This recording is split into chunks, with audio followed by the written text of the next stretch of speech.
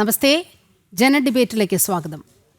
അധികൃതരുടെ അനാസ്ഥയിൽ വിലപ്പെട്ട ജീവനുകൾ നഷ്ടമാകുന്നത് തുടരുകയാണ്. ഏറ്റവും ഒടുവിലെ ബലിയാടാണ് കൊല്ലം തേവലക്കര ബോയ്സ് സ്കൂളിലെ 8ാം ക്ലാസ് വിദ്യാർത്ഥി മിഥുൻ. പ്രതിസ്ഥാനത്ത് ആദ്യമെത്തുന്നത് സ്കൂൾ മാനേജ്മെന്റ്. പരാതി ചെവിക്കൊള്ളാത്ത KCBയും പ്രതിസ്ഥാനത്താണ്, ഒപ്പം വിദ്യാഭ്യാസ വകുപ്പും. കഴിവുകെട്ട ഒരു സിസ്റ്റത്തിന്റെ ബലിയാടാണ് ഈ 13-കാരൻ, അനാസ്ഥയുടെ ഏറ്റവും ഒടുവിലത്തെ രക്തസാക്ഷി. വൈദ്യുതി ലൈനിൽ കുടുങ്ങിക്കിടക്കുന്ന ആ കുഞ്ഞിന്റെ ദൃശ്യം ഒരിക്കൽ കൂടി കാണാനുള്ള കരുത്ത് ആർക്കുമുണ്ടാകില്ല. പക്ഷേ ഈ ദൃശ്യങ്ങൾ കാണിക്കുന്നത് ഈ സംഭവത്തിന്റെ ഭീകരതയാണ്.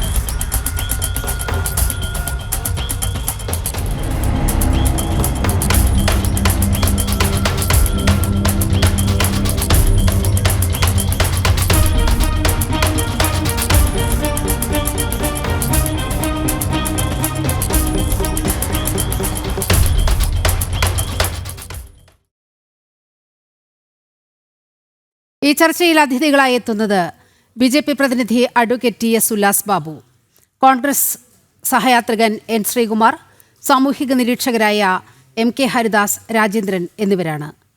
അതിഥികളിലേക്ക് വരുന്നതിന് മുൻപ് ഇതുമായി ബന്ധപ്പെട്ട പ്രതികരണങ്ങൾ ഒന്ന് നോക്കി വരാം. വളരെ വേദനാജനകമായ സംഭവമാണ് സംഭവിച്ചിരിക്കുന്നത്. നമ്മുടെ കേരളത്തിലെ സ്കൂൾ തുറക്കുന്നതിന് മുമ്പ് തന്നെ ഇത്തരത്തിലുള്ള ഒരു അപകടവും ഉണ്ടാകാതിരിക്കുന്നതിന് വേണ്ടിയുള്ള മുൻകരുതൽ എടുത്തിരുന്നു. അപ്പോൾ ഇത് ഒരു കെട്ടിടം ഇടിഞ്ഞ് വീഴുന്ന പോലെ എന്നുള്ള ഒരു പ്രശ്നമല്ല. കേരളത്തിലിപ്പോൾ 14,000-ഓളം വരുന്ന സ്കൂളുകളുണ്ട്. നമ്മൾ സ്കൂൾ തുറക്കുന്നതിന് മുമ്പ് തന്നെ ഓരോ സ്കൂളുകാരും സ്കൂൾ തുറക്കുന്നതിൻ്റെ മുന്നോടിയായി നടത്തേണ്ട പ്രാരംഭ പ്രവർത്തനങ്ങളെ സംബന്ധിച്ചിടത്തോളം സർക്കുലർ കൊടുത്തിരുന്നു. 2-3 പ്രാവശ്യം ഉദ്യോഗസ്ഥന്മാർ യോഗം തന്നെ കൂടിയിരുന്നു. ഒരു 100ഓളം വരുന്ന പോയിന്റുകൾ കൊടുത്തിരുന്നു. പോയിന്റുകൾ വെച്ചാൽ വിവരങ്ങൾ, ഇതിൻ്റെ കാര്യങ്ങൾ നിങ്ങൾ ചെയ്യണം എന്ന് പറഞ്ഞു കൊടുത്തിരുന്നു. സാറിന് ഫിറ്റ്നസ് സർട്ടിഫിക്കറ്റ് ഉണ്ടെങ്കിൽ മാത്രമേ സ്കൂൾ തുറക്കാൻ അനുവാദമുള്ളൂ.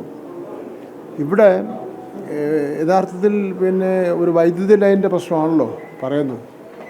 ആ വൈദ്യുതി ലൈൻ ഉള്ളപ്പോൾ ഫിറ്റ്നസ് സർട്ടിഫിക്കറ്റ് കൊടുക്കാൻ പറ്റില്ല. അതേപോലെ തന്നെ രണ്ടാളുടെയും റിപ്പോർട്ട് കിട്ടുന്ന ബോർഡിൻ്റെയും കിട്ടി, ഇലക്ട്രിക് ഇൻസ്പെക്ടറിൻ്റെയും കിട്ടി. രണ്ടും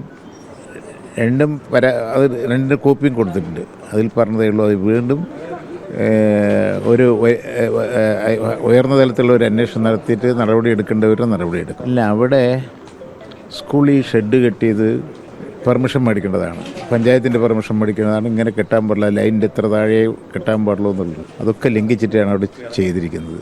അതോടൊപ്പം തന്നെ അത് നോക്കിയില്ല എന്നുള്ളൊരു പ്രശ്നമുണ്ട്.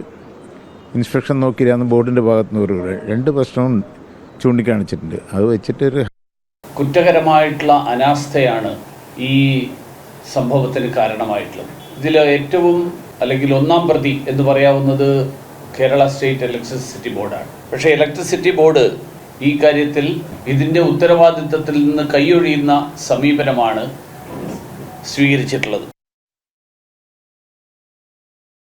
ഡിബേറ്റിലേക്ക് കടക്കുമ്പോൾ ആദ്യം പോകുന്നത് BJP പ്രതിനിധി അഡ്വക്കേറ്റ് TS ഉല്ലാസ് ബാബുവിലേക്കാണ്. ശ്രീ ഉല്ലാസ് ബാബു, സർക്കാർ അനാസ്ഥയുടെ ഇരയാണ് മിഥുൻ എന്ന ആ കുരുന്ന് എന്നുള്ളതിൽ ഒരു തർക്കവുമില്ല. ഒരു 2 ആഴ്ചത്തെ സമയം നമുക്ക് എടുക്കുകയാണെങ്കിൽ ഈ 2 ആഴ്ചയ്ക്കുള്ളിൽ മരിക്കുന്ന, അല്ലെങ്കിൽ അങ്ങേയറ്റം കേരളം ചർച്ച ചെയ്ത രണ്ടാമത്തെ ഒരു സിസ്റ്റം കൊലപ്പെടുത്തിയ കുരുന്നാണ് നമ്മുടെ മുന്നിൽ. ആ ദൃശ്യങ്ങളിൽ കണ്ടു ആ വൈദ്യുതി ലൈനിൽ കുരുങ്ങിക്കിടക്കുന്ന ആ 13-കാരൻ. സിസ്റ്റമാണോ മിഥുനെ കൊന്നത്?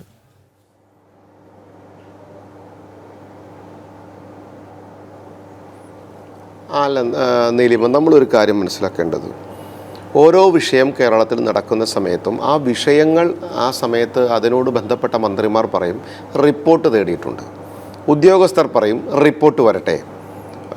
സ്വാഭാവികമായിട്ട് ഞാൻ ചോദിക്കട്ടെ, ഇടതുപക്ഷ സർക്കാർ അധികാരത്തിൽ വന്നതിന് ശേഷമുള്ള ഈ 9 വർഷങ്ങളിൽ സർക്കാരുകൾ തേടിയിട്ടുള്ള ഇതുപോലെയുള്ള അപകടങ്ങളുടെ റിപ്പോർട്ടുകൾ ആ റിപ്പോർട്ടുകൾ എത്രയൊക്കെ സർക്കാർ പരിശോധിച്ചിട്ടുണ്ട്, ആ റിപ്പോർട്ടുകളിൽ എന്തെല്ലാം നടപടികൾ എടുത്തിട്ടുണ്ട്? നിങ്ങൾ മാധ്യമപ്രവർത്തകരാണല്ലോ, നിങ്ങളൊന്ന് അന്വേഷിക്കുക. സ്വാഭാവികമായിട്ട് ഇവിടെ നടക്കുന്നത് എന്താണ്? ഒരു പ്രഹസനമാണ്. എന്താ പ്രഹസനം എന്ന് പറയാൻ കാരണം, ഇവിടെ വിദ്യാഭ്യാസ മന്ത്രിയെ സംബന്ധിച്ചിടത്തോളം ഈ വക കാര്യങ്ങളിലൊന്നും അദ്ദേഹത്തിന് ഒരു അറിവുണ്ട് എന്നോ അദ്ദേഹത്തിന് ഇതിലൊന്നും വലിയ താല്പര്യമുണ്ടെന്നോ നമുക്ക് തോന്നുന്നില്ല. കാരണം കേരളത്തിലെ വിദ്യാഭ്യാസ മേഖല ഇന്ന് ഈ ഗതികേടിലേക്ക് എത്തിയത് ഈ മഹാൻ അതിൻ്റെ തലപ്പത്ത് വന്നതും മന്ത്രിയായതിനും ശേഷമാണ് എന്നുള്ള യാഥാർത്ഥ്യം നമുക്ക് എല്ലാവർക്കും അറിയാം. വിദ്യുത് ശക്തി മന്ത്രിയായിട്ടുള്ള ശ്രീ കൃഷ്ണൻകുട്ടി, ബഹുമാനായിട്ടുള്ള ശ്രീ കൃഷ്ണൻകുട്ടി എന്താണ് പറഞ്ഞത്?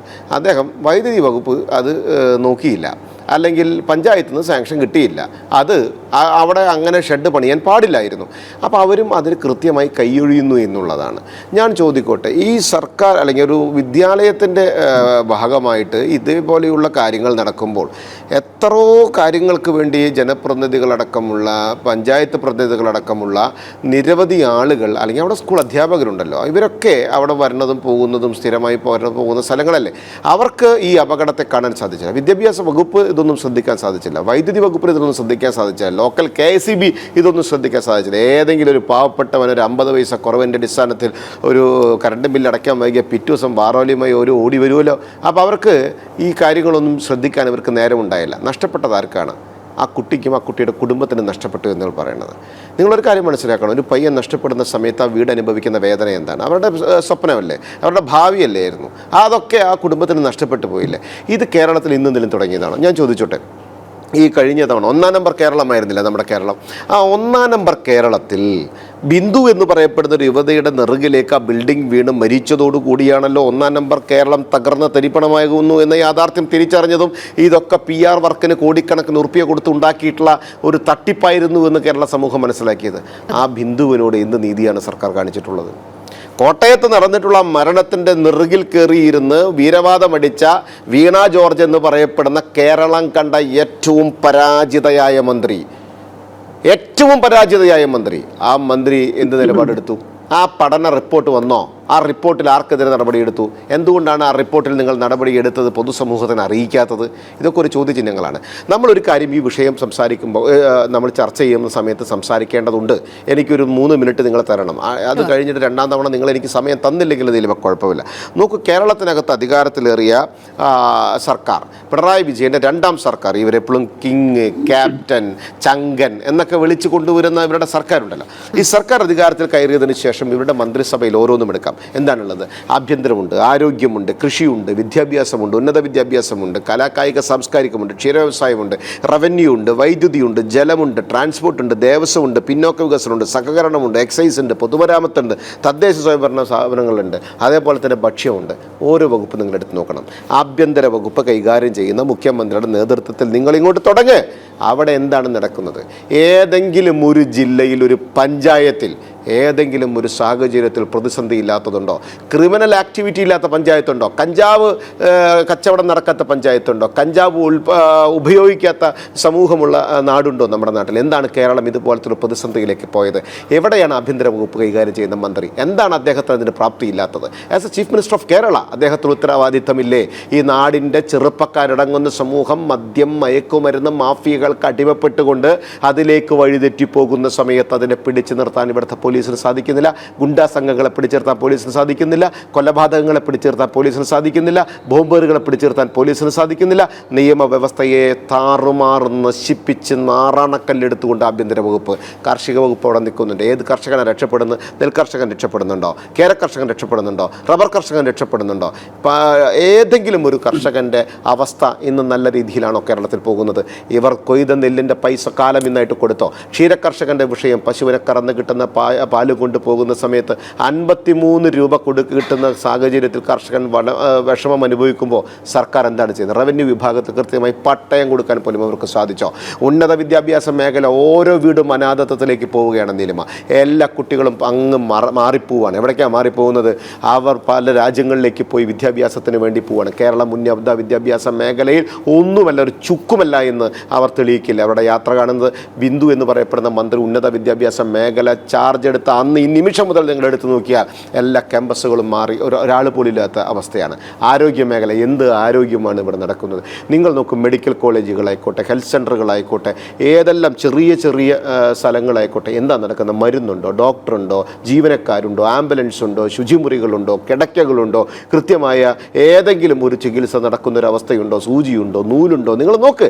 ഇതൊന്നുമില്ലാത്തൊരു ആരോഗ്യമില്ലാത്ത കേരളമാക്കി മാറ്റിയില്ലേ കേരളത്തിന്? അതിനാരാ ഉത്തരവാദി? ഈ CPM-ൻ്റെ മന്ത്രിയായിട്ടുള്ള വീണ ജോർജ് അല്ലേ? അവർ നടത്തിയിട്ടുള്ള ഓരോ പ്രവൃത്തിയും നോക്കിക്കഴിഞ്ഞാൽ മനസ്സിലാകും അവരുടെ ഇതിനകത്തുള്ള പ്രാപ്തിക്കുറവ്.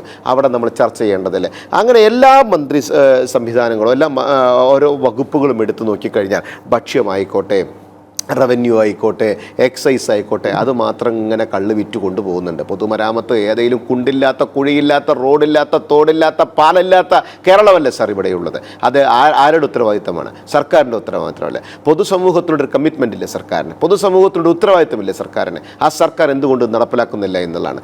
ശിവൻകുട്ടിയെപ്പോലെയുള്ള, കൃഷ്ണൻകുട്ടിയെപ്പോലെയുള്ള, വീണയെപ്പോലെയുള്ള ദേക്കെടുക്കുന്നു വേറൊരാൾ. ആരാൾ? ശശീന്ദ്രൻ. എന്താ ഓൻ്റെ പണി? മൃഗങ്ങൾ വരിക, ആളുകളെ കൊല്ലുക, ഓൻ ഓടിച്ചില്ല, 10 ലക്ഷം കൊടുക്കുക, ജോലി കൊടുക്കുക. മതിയോ? ഒരു ജോലി കിട്ടിയാൽ നഷ്ടപ്പെട്ട കുടുംബത്തിലെ വ്യക്തി തിരിച്ചു വരുമോ?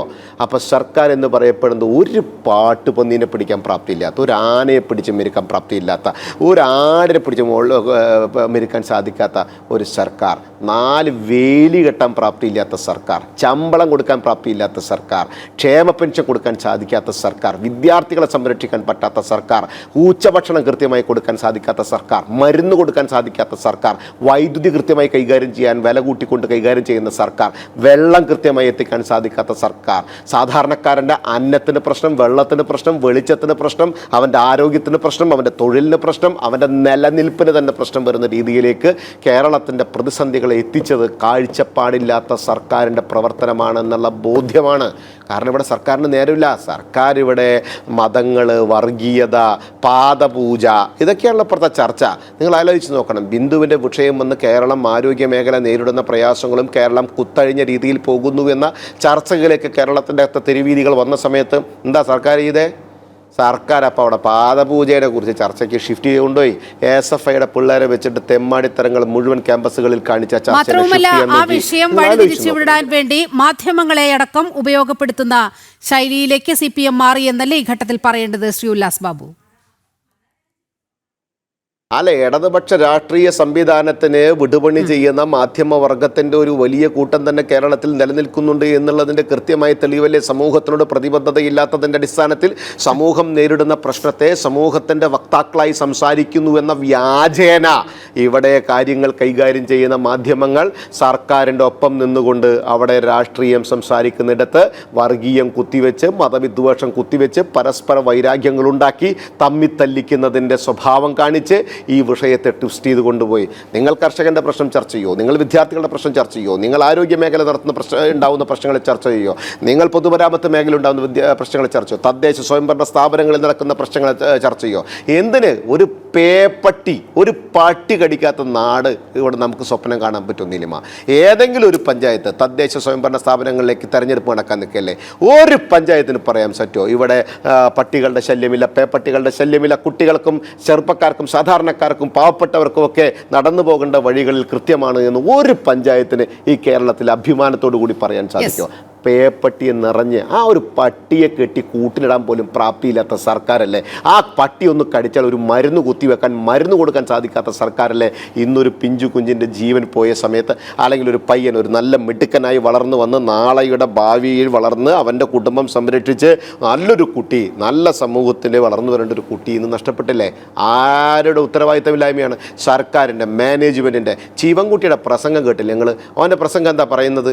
അത് അവിടെ ഇതല്ലേ പ്രശ്നം? നമുക്ക് നോക്കാം. ഇപ്പോൾ ഒരു ചൂക്കും ചുണ്ണാമ്പ് നോക്കാൻ പോകുന്നില്ല. ഞാൻ ആ ഭാഷ പറയുന്നതിൽ വിഷമം വിചാരിക്കരുത്. കാരണം ഈ കേരളത്തിൽ അദ്ദേഹം വിദ്യാഭ്യാസ മന്ത്രി ആയിരുന്നപ്പോൾ തൊട്ട് തുടങ്ങി ഇവിടുത്തെ വിദ്യാർത്ഥികളുടെ കാലക്കേട് എന്ന് പറയുന്നത് നാണക്കേടല്ലേ? ഇദ്ദേഹത്തിൻ്റെ കീഴിൽ വിദ്യാഭ്യാസത്തിൽ പഠിക്കേണ്ടി വരുന്ന കുട്ടികളുടെ അവസ്ഥ, ഉന്നത വിദ്യാഭ്യാസ മേഖലയിൽ ബിന്ദു ടീച്ചറുടെ കീഴിൽ പഠിക്കേണ്ടി വരുന്ന വിദ്യാർത്ഥികളുടെ അവസ്ഥ, ഈ അവസ്ഥയാണ് കേരളം ഇന്ന് നേരിടുന്നത്. അത് സമൂഹം തിരിച്ചറിഞ്ഞേ പറ്റൂ. ആ സമൂഹം അത് തിരിച്ചറിഞ്ഞ് പൊതുസമൂഹത്തിൽ കൃത്യമായിട്ടുള്ള നിലപാട് എടുക്കുമെന്നാണ് BJP അതിനെ നോക്കിക്കാണുന്നത്. ശക്തമായി ഇതിൽ തീരുമാനങ്ങളും ഉല്ലാസ് ബാബു വരച്ചു കാണിച്ചത് കേരളം വീണ പതിറ്റാണ്ട് എന്ന അടിക്കുറിപ്പോടെ നമുക്ക് പറയാവുന്ന കാര്യങ്ങളാണ് കേരളത്തിൽ ഇപ്പോൾ സംഭവിച്ചുകൊണ്ടിരിക്കുന്ന കാര്യങ്ങൾ. ഇപ്പോൾ ഉല്ലാസ് ബാബു ഈ വിവരം പറയുമ്പോൾ പോലും വർക്കലയിൽ നിന്നും ഒരു വാർത്ത വരുന്നുണ്ട്. അവിടെ തെരുവ് നായ ആക്രമണം ഉണ്ടായിരിക്കുന്നു എന്ന വാർത്ത അടക്കം പുറത്തു വരികയാണ്. അതായത് ജീവന് ഒരു തലത്തിലും വിലയില്ലാത്ത രീതിയിലേക്ക് സംസ്ഥാനം മാറിയിരിക്കുന്നു എന്ന യാഥാർത്ഥ്യം ഉൾക്കൊണ്ടുകൊണ്ട് തന്നെയാണ് ഈ ചർച്ച മുന്നോട്ട് പോകുന്നത്. സാമൂഹിക നിരീക്ഷകൻ MK ഹരിദാസിലേക്ക് പോവുകയാണ്. ശ്രീ MK ഹരിദാസ്, നമ്മൾ ഏതാണ്ട് ഒരു 1.5 ആഴ്ച മുമ്പാണ് കോട്ടയം മെഡിക്കൽ കോളേജിൽ ഉണ്ടായ സംഭവം ചർച്ച ചെയ്തത്. അപ്പോൾ സിസ്റ്റത്തിൻ്റെ തകർച്ച മൂലം, സിസ്റ്റത്തിൻ്റെ പരാജയം മൂലം ഒരു നിസ്സഹായിയായ ഒരു വീട്ടമ്മയ്ക്ക് ജീവൻ നഷ്ടപ്പെട്ടു. ഇപ്പോൾ അതേ സിസ്റ്റത്തിൻ്റെ വീഴ്ച മൂലം 13 വയസ്സായ ഒരു കുഞ്ഞിന് ജീവൻ നഷ്ടപ്പെടുന്ന സാഹചര്യമുണ്ടായിരിക്കുകയാണ്. ഇങ്ങനെ സിസ്റ്റത്തിൻ്റെ ഫെയിലിയർ എന്നൊക്കെ പറഞ്ഞ് തലയുരാൻ കഴിയുമോ സർക്കാരിന്? സർക്കാർ അങ്ങനെ പറഞ്ഞിട്ടില്ല. പക്ഷേ പരസ്പരം പഴിചാരുന്ന സമീപനം, KCB ഒരു സമീപനം എടുക്കുന്നു. വിദ്യാഭ്യാസ മന്ത്രി പറയുന്നതാകട്ടെ ഇതൊക്കെ നോക്കാൻ പ്രിൻസിപ്പലിന് ഉത്തരവാദിത്തമില്ലേ, അവർ എന്ത് ചെയ്യുകയായിരുന്നു എന്ന ചോദ്യം വിദ്യാഭ്യാസ മന്ത്രി ഉന്നയിക്കുകയാണ്. അപ്പോൾ പരസ്പരം പഴിചാരുന്നത് കൊണ്ട് ഈ പ്രശ്നത്തിന് പരിഹാരമാകുമോ? യഥാർത്ഥത്തിൽ ആരാണ് ഇതിൻ്റെ ഉത്തരവാദി? നോക്കൂ, നമ്മുടെ ഈ സിസ്റ്റം ഫെയിലിയർ ആണെന്ന് പറഞ്ഞിട്ടുള്ളത് ഞാനോ നീലിമയോ ഈ ചർച്ചയിൽ പങ്കെടുക്കുന്ന പ്രമുഖ വ്യക്തികളോ അല്ല, ഒരു മന്ത്രിയാണ്. അതായത് ഭരണഘടനാനുസൃതമായിട്ട് ഗവർണർ ചൊല്ലിക്കൊടുത്ത സത്യവാചകം ചൊല്ലിയിട്ടുള്ള ഒരു മന്ത്രി പറഞ്ഞത് എന്താ? സിസ്റ്റം ഫെയിലിയർ ആണ്. അപ്പൊ ആ സിസ്റ്റം ഫെയിലിയർ ആയ ഒരു അന്തരീക്ഷത്തിലാണ് നമ്മൾ ജീവിക്കുന്നത് എന്നുള്ള ബോധം നമുക്ക് കൃത്യമായിട്ട് വേണം എന്നുള്ളൊരു വാണിംഗ് ആണ് തന്നിരിക്കുന്നത് ഒരു മന്ത്രി. അപ്പൊ ഇവിടെ നമ്മളൊന്ന് ആലോചിച്ച് നോക്കണം. അതായത് ഇപ്പോ ഇന്നലെ ഇത്തരമൊരു അപകടം പറ്റിയതിന് മന്ത്രിമാർക്ക് എന്ത് ഉത്തരവാദിത്വം എന്ന് ചോദിച്ചിട്ട് ഇപ്പൊ സമൂഹ മാധ്യമത്തില് ഈ നമ്മൾ പറയാം അടിമകളായിട്ടുള്ള ഇവരുടെ സഖാക്കൾ നിറയെ പോസ്റ്റുകൾ ഇടുന്നുണ്ട്. നമ്മുടെ ഈ സംവിധാനത്തിലെ ഏറ്റവും വലിയ പരാജയം എന്താ വെച്ചാൽ കുറ്റക്കാർക്കെതിരെ നടപടി എടുക്കാത്ത ഒരു അന്തരീക്ഷത്തിലാണ് നമ്മൾ ജീവിക്കുന്നത് എന്നുള്ളത് നമ്മളെ ഭയപ്പെടുത്തുന്നു. ഒരു 13-കാരൻ, ആ 13-കാരനിൽ ആ കുടുംബം അർപ്പിച്ചിട്ടുള്ള പ്രതീക്ഷയെ കുറിച്ചിട്ടൊന്ന് നമ്മൾ ആലോചിച്ച് നോക്കണം. അതിനേക്കാൾ ഇന്ന് എനിക്ക് വേദന തോന്നിയത് 5.5 ലക്ഷം വീട് ലൈഫ് പദ്ധതി പ്രകാരം കൊടുത്തു, ഇനി വീട് കൊടുക്കാൻ ആൾക്കാരില്ലാത്ത അവസ്ഥയിലാണ് എന്ന് ചർച്ചയിലൂടെ വിളിച്ചു പറയുന്ന ഇവിടുത്തെ സഖാക്കളെ, ആ കുഞ്ഞിന്റെ വീട് ഞാൻ എല്ലാ ചർച്ചയിലും പറയുന്നതാണ്.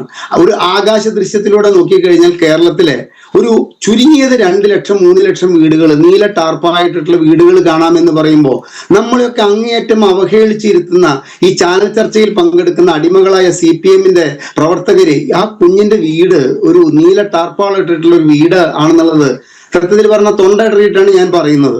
അപ്പൊ എത്ര പ്രതീക്ഷയിലാണ് ആ അമ്മ വിദേശത്തേക്ക് പോയിരിക്കുകയാണ്, കടം വീട്ടാൻ പൈസ ഇല്ലാത്തത് കാരണം കൊണ്ട് പോയിരിക്കുകയാണ്. അപ്പൊ ഒരു കുടുംബത്തിന്റെ പ്രതീക്ഷ നമ്മുടെ സിസ്റ്റം ഫെയിലിയറിന്റെ മുകളിൽ പരാജയപ്പെട്ടു എന്ന് പറഞ്ഞുകൊണ്ട് ഈ ഭരണാധികാരികൾക്ക് എങ്ങനെ തടിവരാൻ പറ്റും? നാളെ ഇവർ എന്ത് നടപടിയാണ് ഈ കുറ്റക്കാർക്കെതിരെ എടുക്കാൻ പോകുന്നത്? അതിന്റെ ഉദാഹരണമാണ് പമ്പയിൽ നിന്നും ട്രാക്ടറിൽ ശബരിമല ദർശനത്തിന് പോയ ഒരു ഏമാന്റെ ഡ്രൈവർക്കെതിരെയാണെന്ന് നടപടി എടുത്തിരിക്കുന്നത്. ഡ്രൈവർക്ക് കുറ്റപത്രം കൊടുത്തു കഴിഞ്ഞു എന്നുള്ളതാണ് മനസ്സിലാക്കുന്നത്. അദ്ദേഹത്തോട് ജോലിയിൽ നിന്നും മാറി നിൽക്കാൻ പറഞ്ഞു. നാളെ എന്താണ് ഇവിടെ സംഭവിക്കാൻ പോകുന്നത്?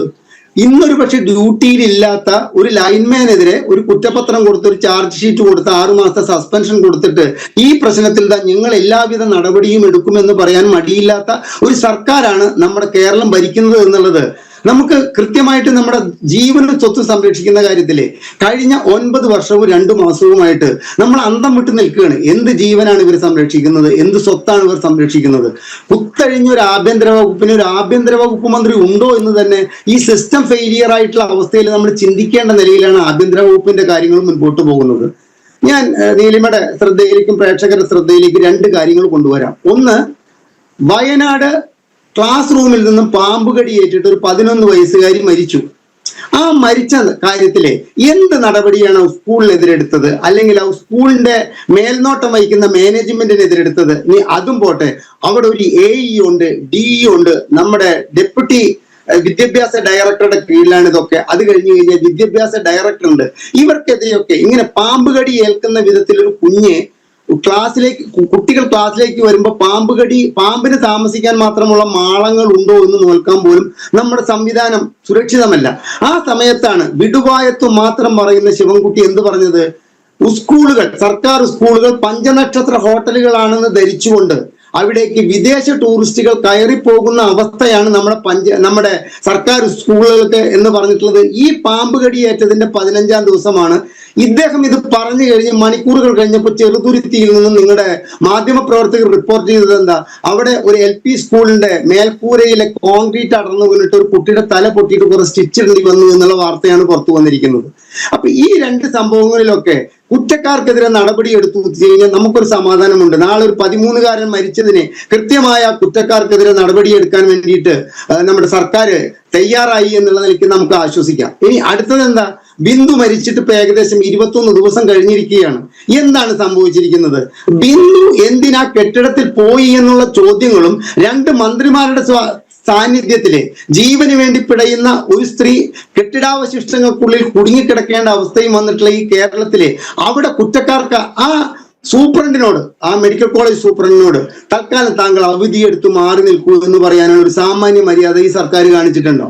അപ്പൊ നാളെ എന്നെ പോലുള്ള സാമൂഹ്യ നിരീക്ഷകർക്കും സാമൂഹ്യ പ്രവർത്തകർക്കും സാധാരണ 2 കുട്ടികളുടെ അച്ഛനായ എനിക്കും പേടി തോന്നുന്നത് എന്താണെന്ന് വെച്ച് കഴിഞ്ഞാൽ, കുറ്റക്കാർക്ക് കൊട പിടിച്ചു കൊടുക്കുന്ന ഒരു സർക്കാർ നാളെ എന്ത് കുറ്റങ്ങൾ ചെയ്യാനും സർക്കാർ ഉദ്യോഗസ്ഥർക്ക് അതൊക്കെ 2 ദിവസത്തെ ചാനൽ ചർച്ച കൊണ്ട് ഒതുങ്ങുന്നതാണ് എന്നുള്ളൊരു ബോധത്തില് ഇവിടെ പ്രവർത്തിക്കാൻ തുടങ്ങിയാൽ ഈ ഇലക്ട്രിസിറ്റി വകുപ്പൊക്കെ ഇങ്ങനെ അനാസ്ഥ കാണിച്ചു കഴിഞ്ഞാൽ എന്തായിരിക്കും സ്ഥിതി?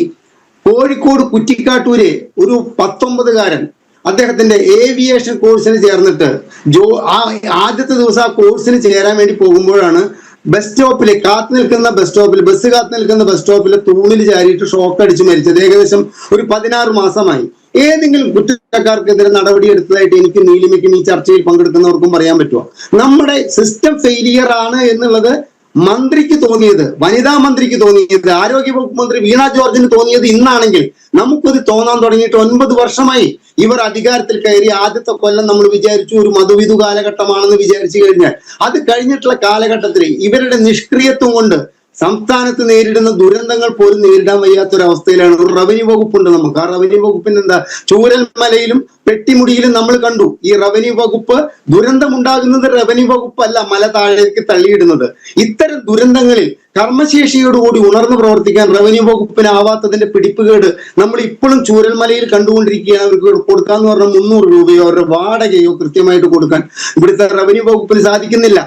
786 കോടിക്കും 1000 കോടിക്കും ഇടയിൽ നമ്മുടെ മെഡിക്കൽ സർവീസസ് കോർപ്പറേഷന്റെ കടം വർദ്ധിച്ചുകൊണ്ട് അവർക്ക് മെഡിക്കൽ സർവീസസ് കോർപ്പറേഷനെ മറ്റേ ശസ്ത്രക്രിയാ ഉപകരണങ്ങളും മരുന്നുകളും ഒക്കെ സപ്ലൈ ചെയ്യുന്ന കമ്പനികൾ സപ്ലൈ നിർത്തിയിട്ട് നമ്മുടെ സംസ്ഥാനത്തെ മന്ത്രിമാരും, ഒരു ധനകാര്യ വകുപ്പ് മന്ത്രി ഉണ്ട് എന്ന് പറയുന്നു, എനിക്കറിയില്ല അദ്ദേഹം ഉണ്ടോ ഇല്ലയോ എന്നുള്ളത്. ധനകാര്യ വകുപ്പിലെ ഉദ്യോഗസ്ഥരാണ് കാര്യങ്ങൾ കൈകാര്യം ചെയ്യുന്നത് എന്നാണ് നമുക്ക് വിവരമുള്ളത്. അപ്പൊ ഇവിടുത്തെ ഓരോ വകുപ്പുകൾ എടുത്ത് ചിക്കിച്ചികഞ്ഞ് പരിശോധിച്ചു കഴിഞ്ഞാൽ ഈ സർക്കാർ എന്നല്ല ഇതിന് മുമ്പിലത്തെ സർക്കാരും തികഞ്ഞ പരാജയമായിരുന്നു എന്ന് പറയുമ്പോൾ തന്നെ ഒരു കാര്യം മനസ്സിലാക്കണം. ഈ 2024-25 കാലഘട്ടത്തിലെ 19,868 കോടി രൂപയുടെ മദ്യം കുടിപ്പിക്കുന്നതിൽ നമ്മുടെ സർക്കാർ കാണിച്ച ശുഷ്കാന്തിയെ എടുത്തു പറയണം. കൃത്യമായിട്ടുള്ള കണക്കാണ് ഈ പറയുന്നത്. 19,868 കോടി രൂപ. ഈ നിലയ്ക്ക് 5ാമത്തെ വർഷത്തിലേക്ക് എത്തിക്കഴിഞ്ഞാൽ ഓരോ വർഷവും ഈ 19,000ന്റെ കണക്ക് വെച്ച് കഴിഞ്ഞാൽ ഏകദേശം 96,000 കോടി രൂപയുടെ മദ്യം ജനങ്ങളിലേക്ക് എത്തിച്ചിട്ട് ലഹരിയുടെ ഒരു അടിമകളാക്കിയിട്ട് ഇവിടുത്തെ ജനങ്ങളെ മാറ്റിയ സർക്കാരാണ് പറയുന്നത് ലഹരി വിമുക്ത കേരളത്തിന് വേണ്ടി ഞങ്ങൾ പ്രവർത്തിക്കും. ആ വിമുക്തി എന്ന് പറയുന്ന പദ്ധതി അതിന് രൂപീകരിച്ചിട്ട് അതിനൊരു 136 കോടി രൂപ ചെലവാക്കാൻ ഇവർക്ക് മടിയുണ്ടായില്ല. എന്താണ് ഈ വിമുക്തി ചെയ്യുന്നത്?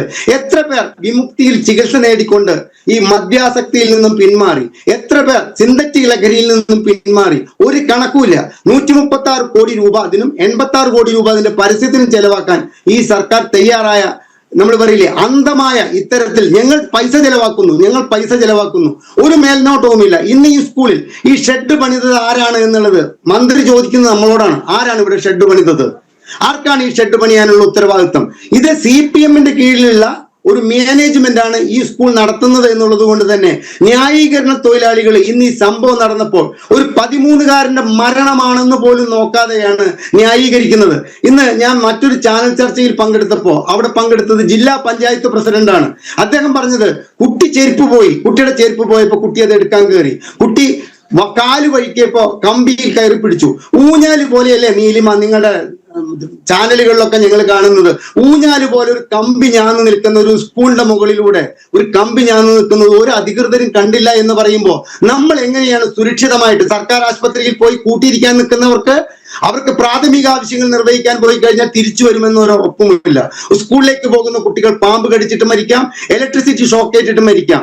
എന്താണ് ഈ കേരളത്തിന് പറ്റിയത് എന്നുള്ളത് നിലവിൽ ഇവിടെ ഭരിക്കുന്നവരൊന്ന് ചിന്തിക്കണം. നമ്മൾ ക്യാപ്റ്റൻ എന്നും നമ്മൾ പറയില്ലേ, എന്താണ് അദ്ദേഹത്തിന് ഇരട്ടച്ചങ്കൻ എന്നും കാരണഭൂതൻ എന്നൊക്കെയുള്ള പേരിട്ടിട്ട് ഉദയസൂര്യനാണ്, അടുത്ത് പോയി കഴിഞ്ഞാൽ കരിഞ്ഞു പോകും. ഇതൊന്നും അല്ല വേണ്ടത്. ഇവിടെ ജനങ്ങൾ ഞങ്ങളുടെ നികുതിപ്പണം എടുത്തിട്ട് നിങ്ങൾക്ക് അമേരിക്കയിലേക്ക് ചികിത്സയ്ക്ക് പോകുമ്പോൾ ഞങ്ങൾക്ക് അതേ നികുതിപ്പണം കൊണ്ട് നടത്തുന്ന സർക്കാർ ആസ്പത്രിയിൽ പഞ്ഞിയും അതുപോലെ തന്നെ ഓപ്പറേഷൻ ഉപകരണങ്ങളും ആവശ്യമായ മരുന്നുകളും സംഭരിച്ച് വെച്ചിട്ട് വേണം നിങ്ങൾ ഈ നികുതിപ്പണത്തിൽ നിന്ന് കൈയിട്ട് വാരിയിട്ട് ചികിത്സയ്ക്ക് പോകാൻ എന്നുള്ള പ്രാഥമികമായിട്ടുള്ള ചിന്താഗതി നിങ്ങൾക്ക് വേണം. ഒരു കാര്യം കൂടി പറഞ്ഞിട്ട് ഞാൻ അവസാനിപ്പിക്കുകയാണ്. നീലിമ, എനിക്ക് 8:30 മറ്റൊരു ചാനൽ ചർച്ച ചെയ്യുന്നുണ്ട്, അതുകൊണ്ട് തന്നെ 8:30 വിട്ടുതരണം. നമ്മൾ ഈ സർക്കാരിനെ മാത്രമൊന്നുമല്ല കുറ്റം പറയുന്നത്. കേരളത്തിൽ നടന്ന ദുരന്തങ്ങളൊക്കെ ഒന്നും തക്കതായ പരിഹാരം കാണാത്തത് കൊണ്ട് ഒരു ദുരന്തത്തിൽ നിന്ന് കുമരകത്ത് ഒരു ബോട്ട് ദുരന്തം നടന്നു, 18 പേര് മരിച്ചു. അത് കഴിഞ്ഞിട്ട് തട്ടേക്കാട് 32 കുട്ടികളുടെ മരണമുണ്ടായി. ഈ 2 ബോട്ട് ദുരന്തത്തിൽ നിന്നും കേരളം പാഠം പഠിച്ചിരുന്നുവെങ്കിൽ തിരൂര് 4 വർഷം മുമ്പ് 20 പേരുടെയോ 20 പേരുടെയോ 22 പേരുടെയും മരണത്തിനിടയാക്കിയ ഒരു ബോട്ട് ദുരന്തം ഉണ്ടാകുമായിരുന്നില്ല.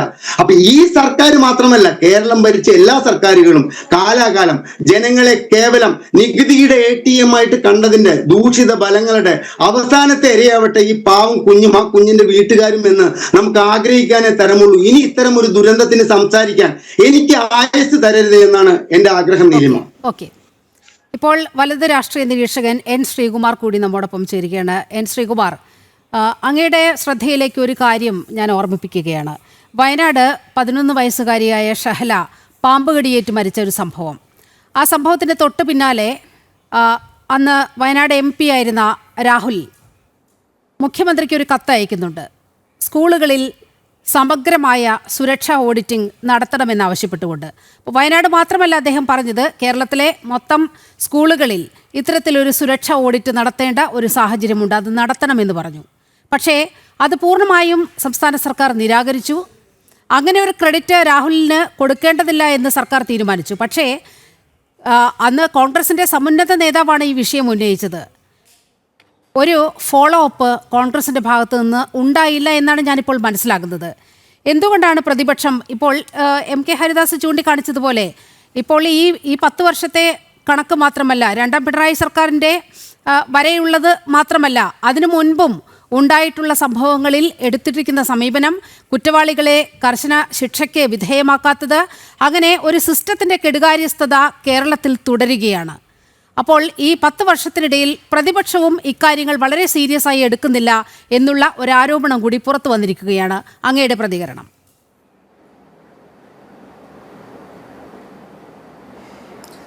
നോക്കൂ ശ്രീമതി നീലിമ, ഇതിലെ വിഷയം എന്താണെന്ന് വെച്ചാൽ, നമ്മൾ ഏത് ഗവൺമെൻറ് വന്നാലും അപകടത്തിൻ്റെ കാര്യത്തിൽ അതിൽ പ്രത്യേകിച്ച് നമുക്കൊന്നും പറയാൻ കഴിയില്ല. പക്ഷേ ഒരു അപകടം ഉണ്ടായി എന്നറിഞ്ഞാൽ അടുത്ത അപകടം തടയാനുള്ള ശ്രമമുണ്ട്. UDF ഭരിക്കുന്ന കാലത്തും LDF ഭരിക്കുന്ന കാലത്തും നിങ്ങളൊന്ന് താരതമ്യം ചെയ്ത് നോക്കൂ. ഒരു താരതമ്യ പഠനം നടത്തിയാൽ നമുക്ക് ഇക്കാര്യം മനസ്സിലാകും. എന്തുകൊണ്ടാണ് ഇപ്പോൾ കേരളത്തിൽ ഇങ്ങനെ സംഭവിക്കുന്നത് എന്ന് വെച്ചാൽ, ഇവിടെ എല്ലാവരും സിസ്റ്റത്തിൻ്റെ തകരാറിനെക്കുറിച്ച് പറയുന്നുണ്ടല്ലോ. ഒരു ഭരണം അവസാനിക്കാറാകുമ്പോൾ ആ ഭരണത്തിലുണ്ടാകുന്ന അരക്ഷിതാവസ്ഥയാണ് കാരണം.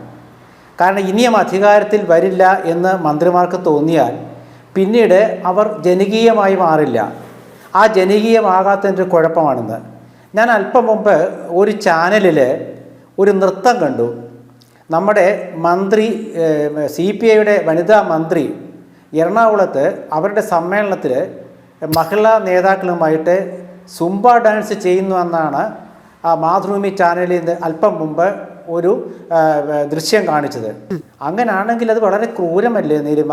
അതെ. കൊല്ലം ജില്ലക്കാരിയാണ് മന്ത്രി. അവിടെ ഒരു കുട്ടി മരിച്ചു കിടക്കുകയാണ്.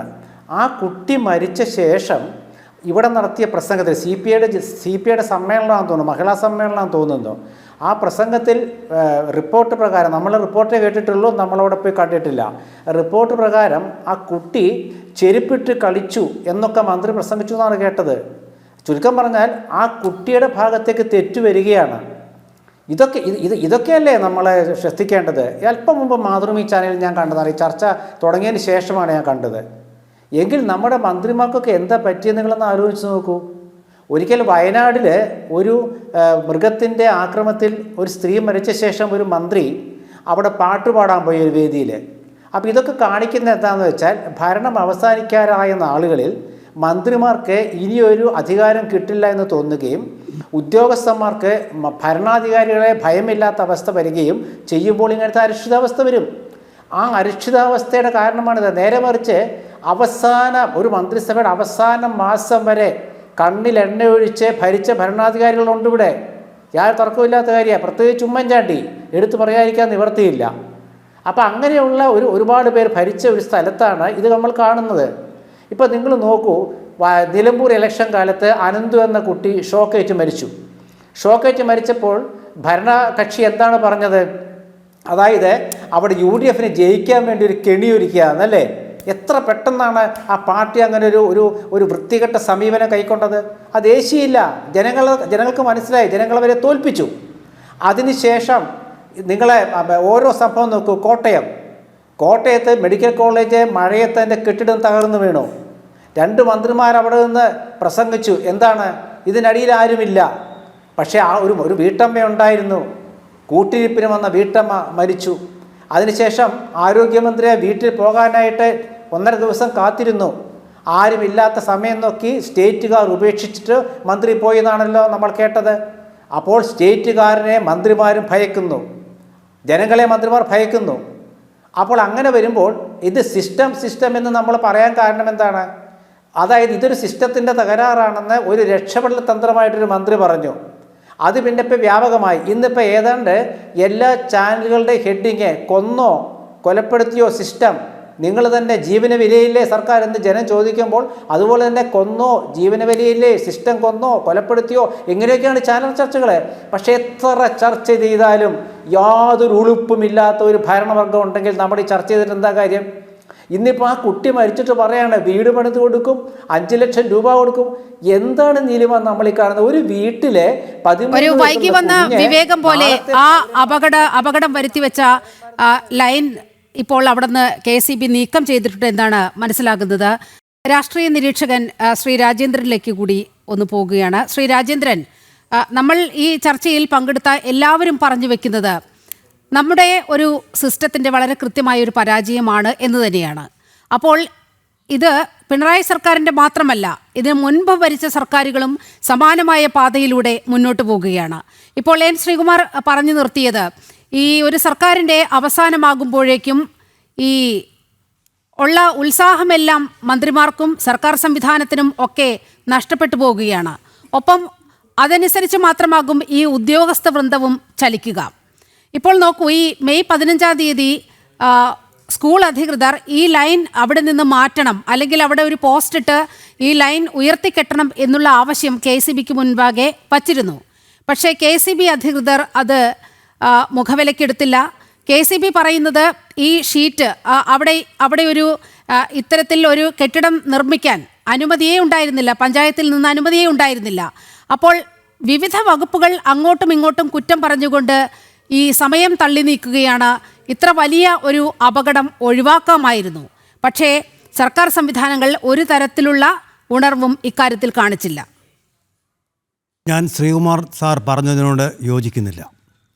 മറിച്ച് ഈ സർക്കാർ അതിൻ്റെ ഊർജം സർക്കാരും അതിൻ്റെ പാർട്ടിയും പാർട്ടിയുടെ കുട്ടിക്കുരങ്ങന്മാരായിട്ടുള്ള SFIയും DYFIയും അവരുടെ ഊർജമൊക്കെ തന്നെ തെറ്റായ വഴിയിൽ പാഴാക്കി കളയുന്നതിൻ്റെ ദുരന്തമാണ് നമ്മളിന്ന് അനുഭവിക്കുന്നതെന്നാണ്.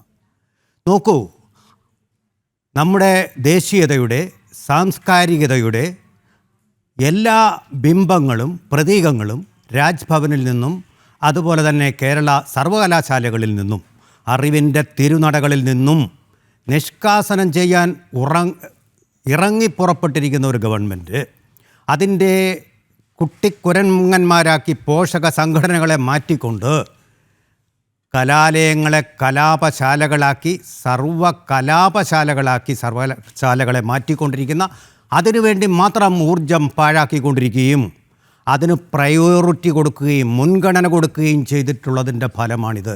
നോക്കൂ, നമ്മുടെ മന്ത്രി ശിവൻകുട്ടി തന്നെയല്ലേ രാജ്ഭവനിൽ പോയി പ്രോട്ടോക്കോൾ ലംഘിച്ചുകൊണ്ട് ഗവർണറെ അവഹേളിച്ചുകൊണ്ട് ഭാരതമാതാവിൻ്റെ ഒരു പടം അവിടെ ഇരിക്കുന്ന ഒരൊറ്റ കാരണം പറഞ്ഞ് ആ പരിപാടി തന്നെ ബഹിഷ്കരിച്ചത്?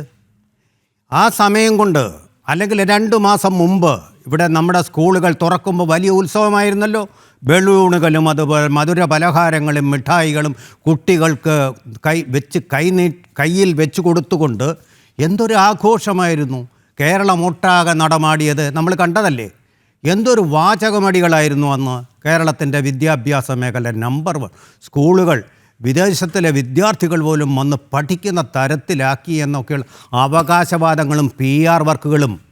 ഈ അവകാശവാദങ്ങളും PR വർക്കുകളും ഒന്നും ഒരു ഗവൺമെൻറ് നിറവേറ്റേണ്ട കടമകളായിട്ട് നമ്മുടെ ഭരണഘടന പറഞ്ഞിട്ടില്ല. കൊടുക്കേണ്ടത് അവൻ്റെ ജീവനും സ്വത്തിനുമുള്ള സുരക്ഷയാണ്. ആ പ്രയോറിറ്റിയിലാണ് ഇവിടെ പരാജയപ്പെട്ടിരിക്കുന്നത്.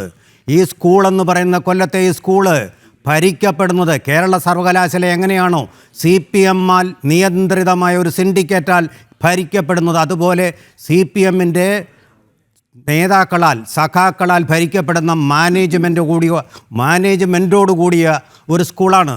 അവിടുത്തെ അധ്യാപകർ മുഴുവൻ ഏറെക്കുറയും CPM ആൾക്കാരാണ്.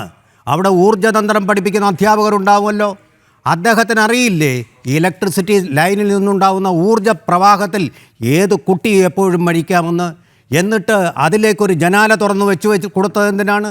ഒരു കുട്ടിയുടെ 13 വയസ്സുള്ള ഒരു കുട്ടിയുടെ കയ്യെത്തും ദൂരത്തിൽ ലൈൻ വിട്ടതിൻ്റെ ഉത്തരവാദിത്തം ആരാണ് ഏറ്റെടുക്കുക?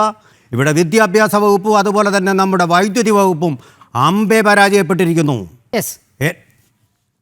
ഓക്കെ, ഞാൻ അങ്ങയിലേക്ക് എത്താം. ഇപ്പോൾ തിരുവനന്തപുരം ജില്ലാ panchayat president advocate D Suresh Kumar നമ്മോടൊപ്പം ചേരുന്നുണ്ട്. ശ്രീ സുരേഷ് കുമാർ, ഈ തേവലക്കര സ്കൂൾ എന്ന് പറയുന്നത് വെറുമൊരു സ്കൂളല്ല, വെറുമൊരു എയ്ഡഡ് സ്കൂളല്ല. കാലാകാലങ്ങളായി CPMൻ്റെ ഭരണസമിതി ഭരിക്കുന്ന CPMൻ്റെ പൂർണ്ണമായും നിയന്ത്രണത്തിലുള്ള സ്കൂളാണ്. ആ സ്കൂളിൻ്റെ ഒരു അവസ്ഥ നമ്മൾ ഈ ദൃശ്യങ്ങളിലൊക്കെ നമുക്ക് കാണാൻ കഴിയുന്നതുണ്ട്. അപ്പോൾ ഭരണ സംവിധാനം തന്നെ CPMൻ്റെ, KSEB അതുപോലെ വിദ്യാഭ്യാസ വകുപ്പ് എല്ലാം CPMൻ്റെ സംവിധാനത്തിൽ നിൽക്കുന്ന ഒരു സ്കൂൾ. അവിടെയാണ് ഇത്തരത്തിൽ ഈ കുട്ടികളുടെ ജീവന്, നൂറുകണക്കിന് കുട്ടികൾ പഠിക്കുന്ന സ്കൂളാണ്, ഈ കുട്ടികളുടെ ജീവന് ഭീഷണി ഉയർത്തുന്ന വിധത്തിൽ ഇത്തരത്തിൽ ഒരു അനാസ്ഥ ഉണ്ടായത്. എന്തുകൊണ്ടാണ് അവിടെ ഈ സർക്കാർ സംവിധാനങ്ങൾക്ക് ഇടപെടാൻ കഴിയാതിരുന്നത്? അത് എങ്ങനെയാണ് അത് അവഗണിക്കപ്പെട്ടത്? നോക്കൂ, അത് എങ്ങനെയാണ് അവഗണിക്കപ്പെട്ടത് എന്ന വാക്ക് തന്നെ, പ്രയോഗം തന്നെ ശരിയല്ല. ഈ സ്കൂളിൽ ഇത്തരത്തിലുള്ള ഒരു അനാസ്ഥ അത് ഉണ്ടായതിനെ സംബന്ധിച്ച് കൃത്യമായി അതിന്റെ വിവരങ്ങൾ വരുന്നതേ ഉള്ളൂ. ഇന്നിപ്പോ കേരളത്തിന്റെ പൊതുവിദ്യാഭ്യാസ വകുപ്പ് മന്ത്രി ഈ വിഷയം അറിഞ്ഞ സന്ദർഭത്തിൽ മാധ്യമങ്ങൾക്ക് അദ്ദേഹത്തിന്റെ ആദ്യ പ്രതികരണം നൽകുന്ന സന്ദർഭത്തിൽ ഞാനടക്കമുള്ള ആളുകൾ സാക്ഷിയാണ്. അദ്ദേഹം പറഞ്ഞതിനപ്പുറമൊന്നും കൂടുതലായി എനിക്ക് പറയാനില്ല. കേരളത്തിന്റെ പൊതുവിദ്യാഭ്യാസ മേഖലയുമായി ബന്ധപ്പെട്ട് അതിദാരുണമായ വേദനാജനകമായിട്ടുള്ള ഒരു സംഭവമാണ് ഇന്നിപ്പോ കൊല്ലം തേവലക്കരയിൽ ഉണ്ടായിട്ടുള്ളത്. അതിനെ സംബന്ധിച്ച് ബഹുമാന്യനായ വിദ്യാഭ്യാസ വകുപ്പ് മന്ത്രി തന്നെ സൂചിപ്പിച്ചത്, കൃത്യമായി ഉദ്യോഗസ്ഥരോട് ഇതിന്റെ വിവരം ആരായുകയും സമയബന്ധിതമായി ഇതുമായി ബന്ധപ്പെട്ട മുഴുവൻ വിഷയങ്ങളും റിപ്പോർട്ട് രൂപേണ നൽകണം എന്ന അന്ത്യശാസനം ബഹുമാനപ്പെട്ട ഉദ്യോഗസ്ഥർക്ക് നൽകിയിട്ടുണ്ട്. ഇത്തരത്തിലുള്ള പ്രശ്നങ്ങൾ ഉണ്ടാകുമ്പോൾ കേരളത്തിൽ നല്ല ഏത് മന്ത്രിസഭയ്ക്കും ഈ രൂപത്തിൽ മാത്രമേ ഇടപെടാൻ വേണ്ടി സാധിക്കുകയുള്ളൂ. അവിടെ ഈ ലൈൻ ഉണ്ടായതും അതുമായി ബന്ധപ്പെട്ട അനാസ്ഥയും ഒക്കെ കൃത്യമായ പരിശോധനയ്ക്ക് വിധേയമാക്കി കുറ്റക്കാരായിട്ടുള്ള ഉദ്യോഗസ്ഥർക്കെതിരെ കൃത്യമായ നടപടികൾ സ്വീകരിക്കും. ഇവിടെ രാഷ്ട്രീയ നിരീക്ഷകൻ എന്ന രൂപത്തിൽ അതാണ് അദ്ദേഹത്തിന്റെ വാക്കുകളാണ് കേട്ടു തുടങ്ങിയത്. പൊതുവിദ്യാഭ്യാസ മേഖലയുമായി ബന്ധപ്പെട്ട് ഊതി വീർപ്പിച്ച നിലയിലുള്ള കണക്കുകളാണ് പുറത്തു വരുന്നത് എന്നുള്ള നിലയിലൊക്കെ കിട്ടിയ ഒരു അവസരം പരമാവധി പ്രയോജനപ്പെടുത്തിക്കൊണ്ട് സർക്കാരിനെയും അതുപോലെ തന്നെ പൊതുവിദ്യാഭ്യാസ മേഖലയും ഒക്കെ ഇപ്പൊ തന്നെ കടന്നാക്രമിച്ച് തള്ളിയിട്ട് കളയാമെന്ന വ്യാജം പറഞ്ഞു പൂർത്തിയാക്കില്ല. ഒരു സെക്കൻഡ് സുരേഷ് കുമാർ, നമുക്ക് അതിലേക്ക് വരാം. അത് രണ്ടാമത് ചർച്ച ചെയ്യേണ്ട ഒരു വിഷയമാണ്. കുട്ടികൾ ജീവനോടെ ഉണ്ടെങ്കിൽ മാത്രമല്ലേ അവിടെ രാഷ്ട്രീയ വിവാദങ്ങളും രാഷ്ട്രീയ ചർച്ചകളും നടക്കേണ്ടതുള്ളൂ. ഇപ്പോൾ കുട്ടികളുടെ ജീവന് തന്നെ ഭീഷണിയാകുന്ന വിധത്തിലുള്ള സംഭവങ്ങൾ പല സ്കൂളുകളിൽ നിന്നും റിപ്പോർട്ട് ചെയ്യപ്പെടുകയാണ്. ഇവിടെ ഈ സ്കൂളിന് എങ്ങനെയാണ് ഫിറ്റ്നസ് സർട്ടിഫിക്കറ്റ് ലഭിച്ചത്? അത് താങ്കൾ ഒന്ന് വിശദമാക്കാമോ? അങ്ങനെ ഫിറ്റ്നസ് സർട്ടിഫിക്കറ്റ് കൊടുക്കാൻ കഴിയുന്ന ഒരവസ്ഥയിലാണോ തേവലക്കര സ്കൂൾ ഉണ്ടായിരുന്നത്? ഇതേ ചോദ്യം തന്നെയാണ് ഇന്ന് രാവിലെ മാധ്യമ പ്രവർത്തകർ കേരളത്തിന്റെ പൊതുവിദ്യാഭ്യാസ വകുപ്പ് മന്ത്രിയോട് ഇതേ ചോദ്യം തന്നെയാണ് ചോദിച്ചത്. നിങ്ങൾ ആ ബൈറ്റ് പരിശോധിച്ചാൽ കൃത്യമായി നിങ്ങൾക്ക് മനസ്സിലാകും. അങ്ങനെ എന്തെങ്കിലും തരത്തിലുള്ള ന്യൂനതകൾ കടന്നു വന്നിട്ടുണ്ടെങ്കിൽ ആ ന്യൂനതകൾ കൃത്യമായി പരിശോധിക്കും.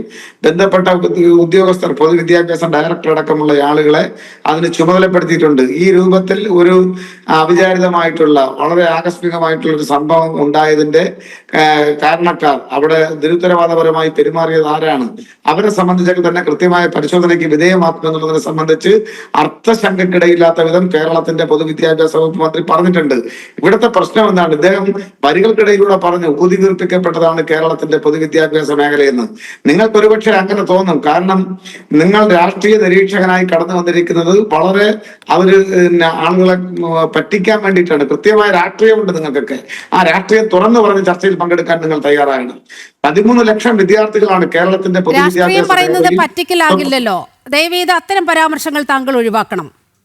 പറ്റിക്കാൻ വേണ്ടിയാണ് ചർച്ചയിൽ ഒരാൾ വന്ന് പങ്കെടുക്കുന്നത് എന്ന് പറയുന്നത് വളരെ മോശമാണ്. ഞാൻ പറഞ്ഞ പരാമർശത്തെ കൃത്യമായി മനസ്സിലാക്കാതെയാണ് പറയുന്നത്.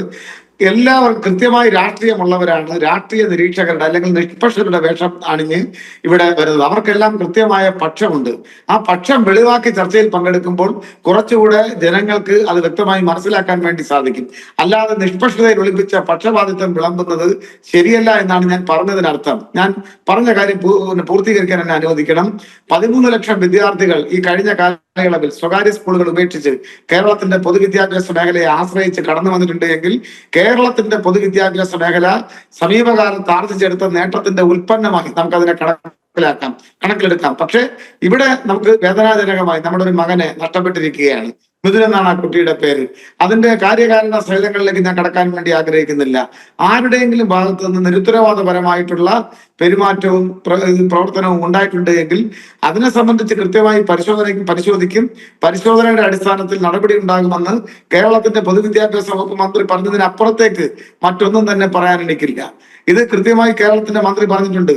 ഇത് പല സ്ഥലങ്ങളിലും നിങ്ങൾ നോക്കൂ, 50-55% വിദ്യാർത്ഥികൾ, സ്കൂൾ പ്രായമെത്തിയവർ സ്കൂളിലേക്ക് എത്താത്ത സ്റ്റേറ്റുകളുള്ള ഒരു രാജ്യത്താണ് നമ്മുടെ പ്രവർത്തനം നടക്കുന്നത്. ഇവിടെ സ്കൂൾ പ്രായമെത്തിയ എല്ലാ കുഞ്ഞുങ്ങളും സ്കൂളിലേക്ക് എത്തുന്നുണ്ട്. കേരളത്തിൽ നല്ല അക്കാഡമിക് സംവിധാനമുണ്ട്. എല്ലാ തരത്തിലും ഇൻഫ്രാസ്ട്രക്ചർ ഡെവലപ്മെന്റ് ഇന്ത്യയിലെ ഏതൊരു സംസ്ഥാനത്തെക്കാൾ മെച്ചപ്പെട്ട നിലയിൽ പ്രവർത്തിക്കുന്നു. ആ പൊതുവിദ്യാഭ്യാസത്തെ ഒരു സംഭവത്തെ ചൂണ്ടിക്കാണിച്ച് പരമാവധി ഇകഴ്ത്തി കാണിക്കാൻ ശ്രമിക്കുന്നതിന്റെ ലക്ഷ്യം വേറെയാണ്. അത് ഗൂഢലക്ഷ്യമാണ്. ആ ഗൂഢലക്ഷ്യത്തിന് പിന്നിലെ ഹിഡൻ അജണ്ട എന്താണെന്ന് തിരിച്ചറിയാൻ ഞങ്ങൾക്കെല്ലാം നല്ല ബോധമുള്ളവരാണ്. ഇത് ഞങ്ങൾക്ക് തിരിച്ചറിയാൻ വേണ്ടി സാധിക്കും. ഇത് എങ്ങോട്ടാണ് ഇവർ ഇതിനെ കൊണ്ടുപോകുന്നത് എന്നതിനെ സംബന്ധിച്ചുള്ള കൃത്യമായ വിവരം ഞങ്ങൾക്കുണ്ട്. അതുകൊണ്ട് ഈ ഒരു സംഭവം, അത് ഞാൻ പറഞ്ഞല്ലോ, വേദനാജനകമാണ്. ഒരിക്കലും സംഭവിക്കാൻ പാടില്ലാത്തതാണ്. അതിന്റെ പേരിൽ ആർക്കെങ്കിലും നിരുത്തരവാദപരമായിട്ടുള്ള തെറ്റ് കടന്നുകൂടിയിട്ടുണ്ടെങ്കിൽ, സംഭവിച്ചിട്ടുണ്ടെങ്കിൽ അവരെ സംബന്ധിച്ച് കൃത്യമായി പരിശോധിക്കും. അടിയന്തര പ്രാധാന്യത്തോടുകൂടി ഈ സംഭവങ്ങളെ സംബന്ധിച്ച് വ്യത്യസ്ത വകുപ്പുകളോട് വകുപ്പ് മന്ത്രിമാർ തന്നെ റിപ്പോർട്ട് ആവശ്യപ്പെട്ടിട്ടുണ്ട്. ആ സന്ദർഭത്തിൽ ഒരു മന്ത്രിസഭയെ ആകെ കരുവാരിത്തേക്കാനും ഇതാകെ കുഴപ്പമാണ്, അവസാന നാളുകളിൽ മന്ത്രിമാർ നിരുത്തരവാദപരമായിട്ടാണ് പെരുമാറിക്കൊണ്ടിരിക്കുന്നത് എന്നൊക്കെ പറഞ്ഞ് അടച്ചാക്ഷേപിക്കുന്നവർക്ക് പിന്നിൽ അവർക്ക് കൃത്യമായ രാഷ്ട്രീയമുണ്ട്. ആ രാഷ്ട്രീയ അജണ്ട മറച്ചുവെക്കാതെ സംസാരിക്കണമെന്നാണ് ഞാൻ പറഞ്ഞത്. ഇപ്പോൾ വലിയ പ്രതിഷേധം ഇവിടെ നടക്കുകയാണ്. ഇപ്പോൾ സെക്രട്ടേറിയറ്റിന് മുന്നിൽ യുവമോർച്ചയുടെ വലിയ പ്രതിഷേധം നടക്കുന്നുണ്ട്. ശാലിനി ചേരുന്നുണ്ട് നമ്മോടൊപ്പം. ഒരു സെക്കൻഡ് ആ ദൃശ്യങ്ങളിലേക്കൊക്കെ നമുക്ക് മടങ്ങി വന്നതിന് ശേഷം ചർച്ചയിലേക്ക് തിരികെ എത്താം. ശാലിനി, വലിയ പ്രതിഷേധം സംസ്ഥാനത്തുടനീളം നടക്കുകയാണ്. എന്താണ് അവിടെ സംഭവിക്കുന്നത്?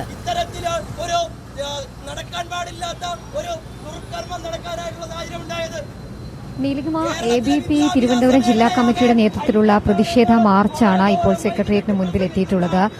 വിദ്യാഭ്യാസ മന്ത്രി വി ശിവൻകുട്ടിയുടെ കോലം കത്തിച്ചൊരു പ്രതിഷേധത്തിലേക്കാണ് ABP ഈ ഘട്ടത്തിൽ കടക്കാൻ പോകുന്നത്. ഏറ്റവും എടുത്തു പറയേണ്ടത്, ഇന്ന് രാവിലെ ഈ സംഭവം നടന്നതിന് ശേഷം വിദ്യാഭ്യാസ സ്ഥാപനങ്ങളുടെയും വിദ്യാഭ്യാസ മന്ത്രിയുടെയും അടക്കം ഭാഗത്തു നിന്നുണ്ടാകുന്ന വീഴ്ചകൾ, ഒപ്പം തന്നെ എന്തു നോക്കിയിട്ടാണ് ഫിറ്റ്നസ് അടക്കമുള്ള കാര്യങ്ങൾ വിദ്യാഭ്യാസ സ്ഥാപനങ്ങൾക്ക് നൽകുന്നത്, ആരാണ് ഇതൊക്കെ ശ്രദ്ധിക്കേണ്ടത് എന്നതടക്കമുള്ള കാര്യങ്ങളിൽ വലിയ രീതിയിലുള്ള വിമർശനങ്ങൾ ഉന്നയിക്കുന്നുണ്ടായിരുന്നു നടത്തിക്കൊണ്ടിരിക്കുന്നു. ABP അടക്കമുള്ള യുവജന സംഘടനകൾ, വിദ്യാർത്ഥി സംഘടനകൾ. ഈ ഘട്ടത്തിലാണ് നാളെ ABP വിദ്യാഭ്യാസ ബന്ദ് സംസ്ഥാന വ്യാപകമായി പ്രഖ്യാപിച്ചതിന്റെ പശ്ചാത്തലത്തിൽ കൂടി ഇന്ന് തലസ്ഥാനത്ത് ഇത്തരത്തിൽ രാത്രികാല പ്രതിഷേധ മാർച്ച് സെക്രട്ടേറിയറ്റിലേക്ക് നടത്തിക്കൊണ്ടിരിക്കുന്നത്. വിദ്യാഭ്യാസ മന്ത്രി V. ശിവൻകുട്ടിയുടെ കോലം കത്തിച്ചുകൊണ്ടുള്ള ഒരു പ്രതിഷേധ മാർച്ചിലേക്ക്, പ്രതിഷേധ സമരത്തിലേക്ക് ABP കടക്കുകയാണ്. ഇതിൽ കൃത്യമായി കുറ്റക്കാർക്കെതിരെ നടപടിയെടുക്കും വരെ സമരം തുടരും. അതുപോലെ തന്നെ ഇനി ഒരു വിദ്യാർത്ഥിക്കും ഇതുപോലൊരു ദാരുണ സംഭവം ഉണ്ടാകരുത് എന്നുള്ള ആവശ്യം ഉന്നയിച്ചുകൊണ്ടാണ് ഈ രാത്രിയും ABP ശക്തമായ പ്രതിഷേധം സെക്രട്ടേറിയറ്റിന് മുൻപിൽ നടത്തുന്നത്. ശരി ശാലിനി, ABVPയുടെ കടുത്ത പ്രതിഷേധമാണ് നമ്മൾ സെക്രട്ടേറിയറ്റിന് മുന്നിൽ കാണുന്നത്. ആ ദൃശ്യങ്ങൾ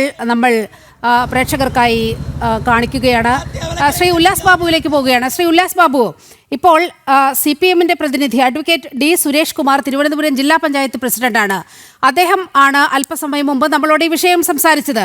അദ്ദേഹം പറയുന്നത് ഒരു ഒറ്റപ്പെട്ട സംഭവത്തിന്റെ പേരിൽ സർക്കാരിനെ ഒന്നാകെ, ഈ പൊതുവിദ്യാഭ്യാസ മേഖലയെ ഒന്നാകെ കരിവാരി തേച്ച് കാണിക്കാനുള്ള ഗൂഢശ്രമം നടക്കുന്നു എന്നതാണ്.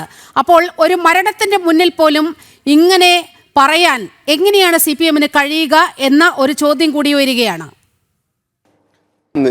നീലിമ, നമുക്കൊരു കാര്യം, ബഹുമാനായിട്ടുള്ള കോൺഗ്രസിൻ്റെ പ്രതിനിധി, നിരീക്ഷകൻ എന്ന് നിങ്ങൾ എഴുതിയാലും എനിക്ക് വളരെ വ്യക്തമായിട്ട് അറിയാം. കോൺഗ്രസിൻ്റെ നേതാവായിട്ടുള്ള, അല്ലെങ്കിൽ കോൺഗ്രസിൻ്റെ ഉറ്റ പ്രവർത്തകനായിട്ടുള്ള ബഹുമാനായിട്ടുള്ള ശ്രീകുമാർജി തൃശ്ശൂരുള്ള ആളാണ്.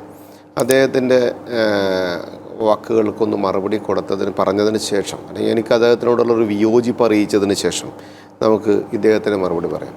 സാർ, ഞാൻ ചോദിച്ചോട്ടെ, അങ്ങ് പറഞ്ഞു 2 സർക്കാരുകളും ചെയ്ത സമയത്ത് എടുത്ത പ്രവർത്തികൾ എടുത്തു നോക്കിക്കഴിഞ്ഞാൽ നിങ്ങൾക്ക് മനസ്സിലാകും UDFൻ്റെ കാലഘട്ടത്തിലുണ്ടായ കാര്യങ്ങളെന്ന് ഒരു കാര്യം സംസാരിച്ചതായിട്ട് ഞാൻ കണ്ടു. സാർ, VD സതീശൻ എവിടെയാണ് സാർ? VD സതീശൻ പ്രതിപക്ഷ നേതാവായിട്ട് ഇരിക്കുന്ന ഈ കേരളത്തിനകത്ത് മുഖ്യമന്ത്രിയുടെ നേതൃത്വത്തിൽ കേരളം തകർന്നു എന്ന് നിരവധി ചർച്ചകളിൽ നമ്മൾ സംസാരിച്ചിട്ടുണ്ട്.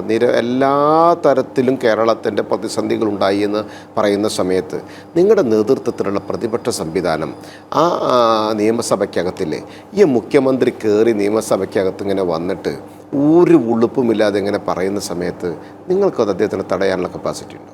നിങ്ങൾക്ക് അദ്ദേഹത്തെ തടഞ്ഞു നിർത്തി ഞങ്ങളെ കേരളത്തിൽ എന്തെല്ലാം കാണിച്ചു കൂട്ടിയിട്ടും നിങ്ങളിവിടെ എന്താണ് ഈ പറയുന്നതെന്ന് ചോദിക്കാനുണ്ടോ? നിങ്ങൾ ഈ തഗ്ഗിനും റീലിനും വേണ്ടിയിട്ട് പ്രവർത്തിക്കുന്നു എന്നല്ലാതെ പ്രതിപക്ഷത്തിൻ്റെ ഏത് റോളാണ് UDF ഈ കേരളത്തിൽ നടപ്പിലാക്കിയിട്ടുള്ളത്? നിങ്ങൾ 4 ദിവസം സമരം ചെയ്യും. സർ, നിങ്ങൾ നിയമസഭയ്ക്കകത്ത് മുഖ്യമന്ത്രി അടങ്ങുന്ന 21 മന്ത്രിമാർ നടത്തുന്ന ഈ മോശകരമായ പ്രവൃത്തിയെ കൃത്യമായി ചോദ്യം ചെയ്യാനും കൃത്യമായി തടയാനും കൃത്യമായി കൈകാര്യം ചെയ്യാനുള്ള പ്രാപ്തിയിലേക്ക് പ്രതിപക്ഷം എത്തണം. ആ പ്രതിപക്ഷം എന്താണ് സാർ നിങ്ങൾ ജനങ്ങൾ തിരഞ്ഞെടുത്ത് പ്രതിപക്ഷത്തേക്ക് ഇരുന്ന് ഞങ്ങൾക്ക് വേണ്ടി സംസാരിക്കാൻ പറഞ്ഞ് നിങ്ങൾ ചെയ്യാത്തത്? അത് ചെയ്യാത്തത് ഒരു അഡ്ജസ്റ്റ്മെൻ്റ് ഇല്ലേ സാർ? VD സതീശന് മുഖ്യമന്ത്രിയെ ഭയമാണോ? VD സതീശന് പിണറായി വിജയനെ കാണുമ്പോൾ മുട്ടിടിക്കുന്നുണ്ടോ? അതോ കോൺഗ്രസ് നേതാക്കന്മാരൊക്കെ കമ്മ്യൂണിസ്റ്റ് പാർട്ടിയുടെ മന്ത്രിമാരും MLAമാരും കാണുന്ന സമയത്ത് എങ്ങനെയെങ്കിലുമൊക്കെ നിങ്ങൾ കൈകാര്യം ചെയ്ത് പൊയ്ക്കോ എന്ന് പറയുന്നതിൻ്റെ ഒരു സൂചനയായിട്ട് വേണ്ടേ ഇങ്ങനെ ഓരോ ദിവസവും ഓരോ മാസവും ഓരോ വർഷവും കഴിയുമ്പോൾ ഈ കേരളത്തിൽ ഒരു തരത്തിലും ഒരു മാറ്റവുമില്ലാതെ ഈ ദുരന്തങ്ങൾ എങ്ങനെ തുടരുന്നത്? എന്നിട്ട് നിങ്ങൾ ഇങ്ങനെ പറയുകയാണ് എന്താണ് അവർ ശരിയല്ല ഇവർ ശരിയല്ല. അതിനെ ചോദ്യം ചെയ്യാൻ ഉത്തരവാദിത്തപ്പെട്ട നിങ്ങളുടെ പ്രതിനിധികൾ നിയമസഭയ്ക്കകത്തിരുന്ന് മൗനത്തിലാണ് സാർ. അവർ മൗനവ്രതം വിടണം. VD സതീശൻ മൗനവ്രതം വിടാൻ തയ്യാറാകണം. VD സതീശൻ തയ്യാറാകൂല. കാരണം അവർ ഒക്കച്ചങ്കന്മാരാണ്. പിണറായി വിജയനും VD സതീശനും എന്ന് പറഞ്ഞാൽ പരസ്പര സഹായ സഹകരണ മുന്നണിയായി പ്രവർത്തിക്കുന്നവരാണ്. അവിടെയാണ് കേരള ജനത തോറ്റുപോയത് നീലിമ. അവിടെയാണ് കേരള ജനത പരാജയപ്പെടുന്നത്. പിന്നെ സുരേഷ് കുമാർ അദ്ദേഹം പറഞ്ഞു അനാസ്ഥ വിവരങ്ങൾ വരുന്നതേയുള്ളൂ. സാർ, എന്ന് വരും? 2, അദ്ദേഹം പറഞ്ഞെന്താണ്, റിപ്പോർട്ട് ചോദിക്കും. വലിയ കാര്യമായിട്ടോ, കാരണം ആ കുട്ടി നഷ്ടപ്പെട്ടതിൻ്റെ പേരിൽ റിപ്പോർട്ട് വന്നാൽ എല്ലാം തികഞ്ഞു.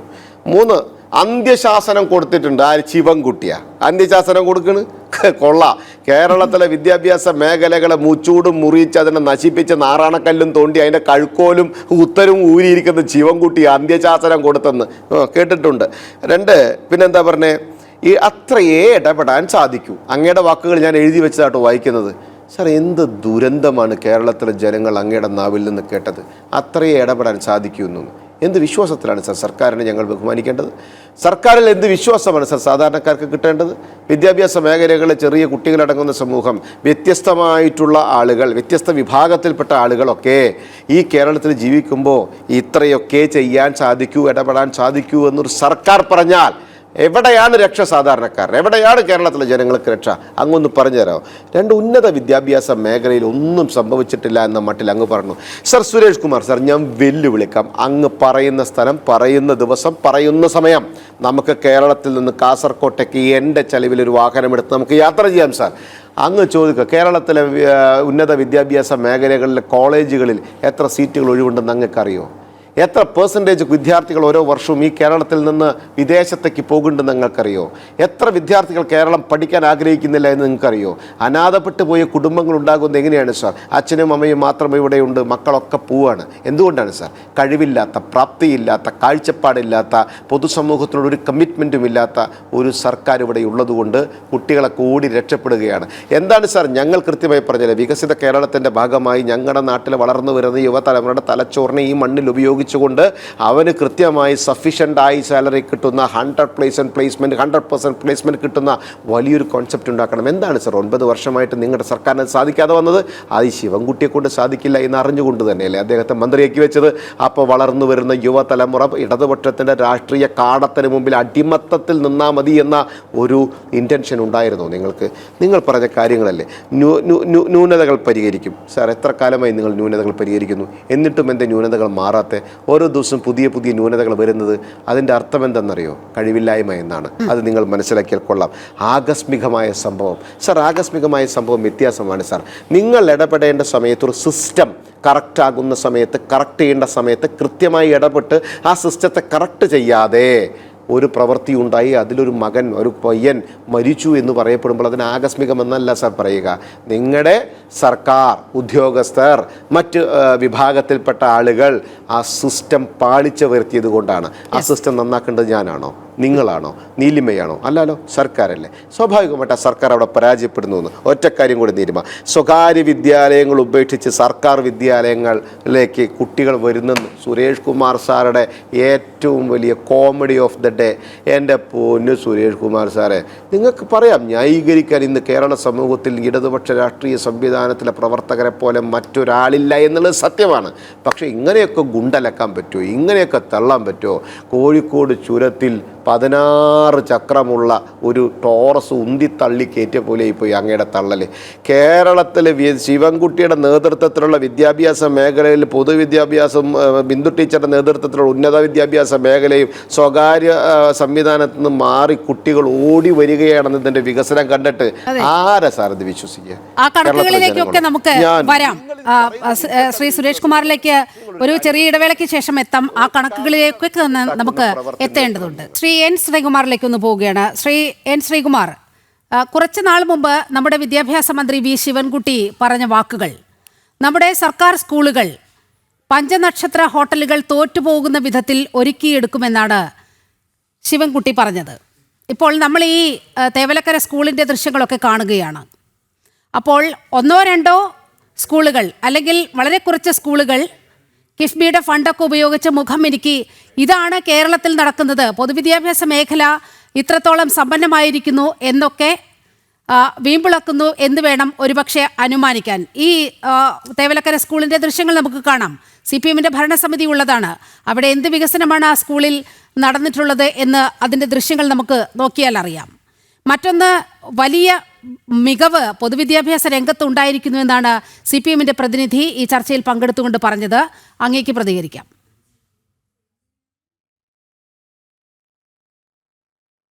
എന്നൊക്കെ ശ്രീമതി നീലിമ, എനിക്കൊരു പക്ഷമുള്ള പത്രപ്രവർത്തകനാണ്, സംശയമില്ല. അത് നീലിമയ്ക്ക് നന്നായിട്ടറിയാം.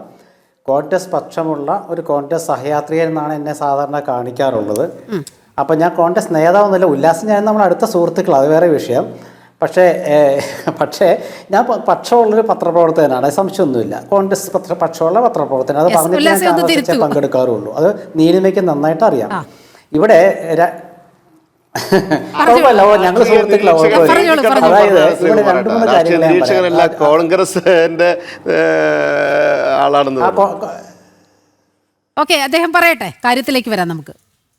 അല്ല, ഈ സാധാരണ അതെ, അതായത് നമ്മൾ എന്താ വിഷയം എന്ന് വെച്ചാൽ, ഇവിടെ നീലിമ നേരത്തെ ഞാൻ ഉത്തരം പറയുന്നതിന് മുമ്പ് തന്നെ പരസ്യത്തിലേക്ക് പോയതുകൊണ്ട് രാജീവ് ഗാന്ധിയെക്കുറിച്ച് ചോദ്യം ചോദിച്ചു, രാഹുൽ ഗാന്ധിയെക്കുറിച്ച്.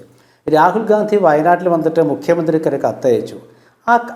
അതെ രാഹുൽ ഗാന്ധി ആ കത്തിന് ഒരു പ്രതികരണം ഒരു മുഖ്യമന്ത്രിയുടെ ഭാഗത്തുനിന്ന് ഉണ്ടാകേണ്ടതാണ്. 2 കാര്യത്തിലുണ്ടാകണം. ഒന്ന്, അദ്ദേഹം അക്കാലത്ത് കോൺഗ്രസിൻ്റെ സമ്പന്ന നേതാവായിരുന്നു, പ്രതിപക്ഷത്തെ ഏകോപിച്ചിരുന്ന ദേശീയ നേതാവായിരുന്നു. 2, അദ്ദേഹം വയനാട് എന്ന മണ്ഡലത്തിലെ ഒരു MP ആയിരുന്നു. ആ നിലയ്ക്കാണ് മുഖ്യമന്ത്രി കത്തയച്ചത്. പക്ഷേ ഇവർക്ക് എന്താ മറുപടി കൊടുക്കാൻ പറ്റാത്തതെന്ന് വെച്ചാൽ ഇവരെപ്പോഴും CPM എപ്പോഴും പറയുന്നത് കേരളത്തിലെല്ലാം ശരിയാണെന്നാണ്. അപ്പം ശരിയായ ഒരു സംഗതിയിൽ ഇങ്ങനൊരു കാര്യം ചോദിക്കുമ്പോൾ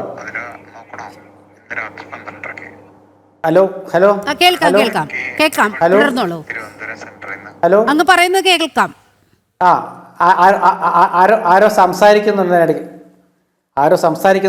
അതുകൊണ്ടാണ് ഞാൻ ചോദിച്ചത്. അപ്പൊ അങ്ങനെ രാഹുൽ ഗാന്ധി അങ്ങനെ അപ്പൊ ഇവരെല്ലാം ശരിയായി എന്ന് പറയുമ്പോൾ പിന്നെ ശരിയായ കാര്യത്തിന് എല്ലാം ശരിയായ കാര്യത്തിന് പിന്നെന്തിനാണ് അവർ ഉത്തരം നൽകുന്നതെന്ന ഒരു ചോദ്യം.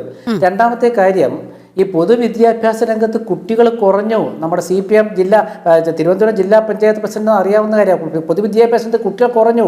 അവർ സ്വകാര്യ സ്കൂളിലാണ് കൂടുതൽ പോകുന്ന, തർക്കമൊന്നും ഇല്ലാത്ത കാര്യമാണ്. അത് നേതാക്കളുടെ മക്കൾ അങ്ങനെയൊക്കെ തന്നെയാണ്. ഇവിടെ വിഷയം എന്താ വെച്ചാൽ ഞാൻ നേരത്തെ പറഞ്ഞ എന്തുകൊണ്ടാണ്, അതായത് അമിതമായ രാഷ്ട്രീയവൽക്കരണം കേരളത്തിൽ ഇപ്പോൾ നടക്കുകയല്ലേ. അതുകൊണ്ടാണ് ഞാൻ പറഞ്ഞത് ഭരണം നിശ്ചലമാകുന്ന ഒരവസ്ഥ വരുമ്പോൾ ഉദ്യോഗസ്ഥ മേധാവിത്വം സ്വാഭാവികമായിട്ട് വരും. അപ്പോൾ അവർ കാര്യങ്ങൾ തീരുമാനിക്കും. ഇപ്പം നോക്ക്, കഴിഞ്ഞ കുറേ മാസങ്ങളായിട്ട് നമ്മൾ കേരളത്തിൽ കണ്ടുവരുന്ന കാര്യത്തെക്കുറിച്ചാണ് ഞാൻ പറഞ്ഞത്. അത് വർത്തമാനകാല രാഷ്ട്രീയമാണ്. 10 വർഷത്തെ കേരള ഭരണത്തിൽ നടന്ന കാര്യത്തെക്കുറിച്ച് പറയുമ്പോൾ അതിന് മുമ്പുള്ള ഒരു വർഷത്തെ കാര്യത്തെക്കുറിച്ച് നമ്മൾ ചർച്ച ചെയ്യുന്നതിൽ അർത്ഥമില്ല. കാലം മാറി, പരിഷ്കാരങ്ങൾ മാറി, അതുപോലെ തന്നെ സംവിധാനങ്ങളുടെ ശക്തിയും മാറിപ്പോയി, പുരോഗമനം കൂടുതലുണ്ടായി. അപ്പോൾ അങ്ങനെ സിസ്റ്റത്തിലൊക്കെ പുരോഗതി വരുമ്പോൾ അന്നിങ്ങനെ സംഭവിച്ചില്ല എന്ന് പറയുന്നതിൽ അർത്ഥമില്ല. ഡിജിറ്റൽ യുഗമാണ് ഇപ്പോൾ. അപ്പോൾ അതുകൊണ്ടാണ് ഞാൻ പറഞ്ഞത് ഈ അരക്ഷിതാവസ്ഥയെക്കുറിച്ച്. ശരിക്കും ഈ കർക്കിടക മാസം ഇന്ന് 1-ാം തീയതിയാണ്. ഒരു കർക്കിടക മാസ സർക്കാർ എന്ന് വേണമെങ്കിൽ ഈ ഇടതുപക്ഷ കമ്മ്യൂണിസ്റ്റ് ഗവൺമെൻറ്റിനെ വിളിക്കാം. കാരണം പഞ്ഞമാസം, ദാരിദ്ര്യം, ഖജനാവിലൊന്നുമില്ല, ഭരണം പഞ്ഞം, എല്ലാത്തിലും ബുദ്ധിമുട്ട്. അങ്ങനെ ഒരു അവസ്ഥയിൽ ഒരു കർക്കിടക സർക്കാർ എന്ന് വേണമെങ്കിൽ ഈ കമ്മ്യൂണിസ്റ്റ് സർക്കാരിനെ വിളിക്കാം. ഇവിടെ ശ്രീ ഉല്ലാസ് ഒരു കാര്യം എന്നോട് പറഞ്ഞു, BD സതീശൻ എന്ത് ചെയ്യുന്നു. BD സതീശൻ എന്ത് ചെയ്തു എന്നതിൻ്റെ തെളിവ് ഞാൻ പറയണ്ട. തൃക്കാക്കര, പുതുപ്പള്ളി, പാലക്കാട്ട്, നിലമ്പൂരിലെ BJPയുടെ കാര്യവും ഞാൻ പറയുന്നില്ല. പക്ഷേ 1-ാം പിണറായി ഗവൺമെൻറ് കാലത്ത് BJPക്ക് ഒരു MLA ഉണ്ടായിരുന്നു, നമ്മുടെ രാജേട്ടൻ രാജഗോപാൽ. അദ്ദേഹം അന്ന് വോട്ട് ചെയ്തത്, സ്പീക്കർ സ്ഥാനത്ത് വോട്ട് ചെയ്തത് CPMൻ്റെ സ്ഥാനാർത്ഥിയായിരുന്ന ശ്രീരാമകൃഷ്ണനാണ്. രാമനും കൃഷ്ണനും ഏകാത്മഭാവത്തിൽ ജന്മമെടുത്തുള്ള ദേവാലയം എന്നൊക്കെ നമ്മൾ പറയാറുണ്ട്. അങ്ങനെ എന്തോ ഒരു ഭാഷ, ഒരു വിശേഷണം പുള്ളി ഉപയോഗിച്ചു. എന്തായാലും BD സതീശൻ അസംബ്ലിയിൽ പോയിട്ട് ജനങ്ങൾ തിരഞ്ഞെടുത്ത BD സതീശനും കൂട്ടരും അസംബ്ലിയിൽ പോയിട്ട് പിണറായി വിജയനെതിരെ നടത്തിയ പോരാട്ടത്തിൻ്റെ ജനങ്ങൾ നൽകിയ അംഗീകാരമാണ് അവസാനം നിലമ്പൂർ വന്നത്. അവിടെ BJP എന്താ ആദ്യം ആലോചിച്ചത് വേറെ. അവകാശപ്പെട്ടു എന്നത് നമ്മുടെ പൊതുമണ്ഡലത്തിലുണ്ട്. BD സതീശൻ പിണറായി വിജയന്റെ ഒക്കച്ചങ്കം തന്നെയാണ്. ഓക്കെ, അതാണ് ഉല്ലാസ് പറഞ്ഞു വരുന്നത്. അഡ്വക്കേറ്റ് D സുരേഷ് കുമാറിലേക്കാണ് പോകുന്നത്. D സുരേഷ് കുമാർ, താങ്കൾ അല്പസമയം മുമ്പ് ഈ പൊതുവിദ്യാഭ്യാസ രംഗത്തെയും ഉന്നത വിദ്യാഭ്യാസ രംഗത്തെയും വലിയ മേന്മകളെക്കുറിച്ച് പറയുകയുണ്ടായി. പക്ഷേ ചില കണക്കുകൾ നമ്മുടെ മുന്നിലുണ്ട്. ഒന്ന്, കേരള സർവകലാശാലയുടെ കണക്ക്. അത് ബിരുദത്തിൽ പ്രവേശനം നേടിയ വിദ്യാർത്ഥികളുടെ കണക്കാണ് ഞാൻ പറയുന്നത്. ആകെ സീറ്റ് 35,000, പ്രവേശനം നേടിയത് 21, ഒഴിവ് 13,974. കേരള യൂണിവേഴ്സിറ്റിയിലെ കണക്കാണ്. MG സർവകലാശാലയിൽ ഒഴിഞ്ഞുകിടക്കുന്നത് 30,352 സീറ്റുകൾ. കാലിക്കറ്റ് സർവകലാശാലയിലേക്ക് വരുമ്പോൾ 32,566 സീറ്റുകൾ ഒഴിഞ്ഞുകിടക്കുന്നു. കണ്ണൂർ സർവകലാശാലയിലേക്ക് എത്തുമ്പോൾ 10,000 സീറ്റുകൾ ഒഴിഞ്ഞുകിടക്കുന്നു. അതായത് ഇത്രയും സീറ്റുകളൊക്കെ ഉണ്ട്, പക്ഷേ പ്രവേശനം നേടുന്ന വിദ്യാർത്ഥികളുടെ എണ്ണമാണ്, ഒഴിഞ്ഞുകിടക്കുന്ന സീറ്റുകളാണ് ഞാൻ ചൂണ്ടിക്കാണിച്ചത്. മിനിമം 30,000 മുതൽ 10,000 വരെ ഇങ്ങനെ സീറ്റുകൾ ഒഴിഞ്ഞുകിടക്കുമ്പോൾ ഈ ഉന്നത വിദ്യാഭ്യാസ മേഖല എങ്ങനെ ശക്തിപ്പെട്ടു, വിദ്യാഭ്യാസ മേഖല എങ്ങനെ ശക്തിപ്പെട്ടു എന്നാണ് താങ്കൾ പറയുന്നത്? ഇവിടുത്തെ കുട്ടികൾ ഉന്നത വിദ്യാഭ്യാസത്തിന് വേണ്ടി കേരളം കടക്കുകയാണ്, അതാണ് യാഥാർത്ഥ്യം. ബഹുമാനപ്പെട്ട നീലിമ, ഞാൻ അതിലേക്ക് കിടക്കാൻ കൃത്യമായി ഞാൻ മറുപടി പറയാം. അതിനു മുൻപ് നിങ്ങൾ ജനം TV-യുടെ ഈ പ്ലാറ്റ്ഫോമിൽ കേരളത്തിന്റെ പൊതുവിദ്യാഭ്യാസ വകുപ്പ് മന്ത്രിയെ BJPയുടെ പ്രതിനിധി അഭിസംബോധന ചെയ്യുന്ന ഒരു ശൈലിയുണ്ട്. ഞാൻ കരുതി നിങ്ങളൊരല്പം ഈ ചർച്ചയുടെ ഒരു പൊതു സ്പിരിറ്റ് മനസ്സിലാക്കി അത്തരം അഭിസംബോധനകളെ അപ്പൊ തന്നെ എതിർത്ത് സംസാരിക്കുമെന്നാണ് കരുതിയത്. നിങ്ങളിൽ നിന്നും ആ നീതി ഞാൻ പ്രതീക്ഷിച്ചത് എന്റെ തെറ്റായി പോയി. പക്ഷേ തിരിച്ച് അവരൊക്കെ പ്രതിദാനം ചെയ്യുന്ന രാഷ്ട്രീയ നേതാക്കന്മാർ ഞങ്ങൾക്കും പറയാനറിയാം. പക്ഷെ ഞങ്ങളെ പഠിപ്പിച്ചത് ശിവൻകുട്ടി എന്താണെന്ന് നിയമസഭയിലെ ദൃശ്യങ്ങൾ കണ്ടതാണ് ജനങ്ങൾ, പൊതുജനങ്ങൾ കണ്ടതാണ്. അപ്പോൾ ഒരാളുടെ പ്രവൃത്തിയാണ് അയാൾക്ക് ബഹുമാനം കൊടുക്കണമോ അല്ലയോ എന്ന് പൊതുസമൂഹത്തെ കൊണ്ട് പറയിപ്പിക്കുന്നത്. ചെയ്തിട്ടുണ്ടെങ്കിൽ ഇവിടെ അതിനെ ചോദ്യം ചെയ്യണം. അവിടെ ജനകീയ കോടതിയിൽ നിങ്ങളുടെ അക്കൗണ്ട് പൂട്ടിപ്പിച്ചതിലുള്ള രോഷമാണ്, ആത്മരോഷമാണ് ഇങ്ങനെ പ്രകടമായിക്കൊണ്ടിരിക്കുന്നത്. അത് പ്രകടിപ്പിക്കേണ്ട വേദിയാണെങ്കിൽ നമുക്ക് അത് ചർച്ച ചെയ്യാം, അക്കാര്യം ചർച്ച ചെയ്യാം. കേരളത്തിന്റെ പൊതുവിദ്യാഭ്യാസ മേഖലയിലെ പ്രശ്നങ്ങളാണ് ചർച്ച ചെയ്യുന്നതെങ്കിൽ അത് ചർച്ച ചെയ്യാം.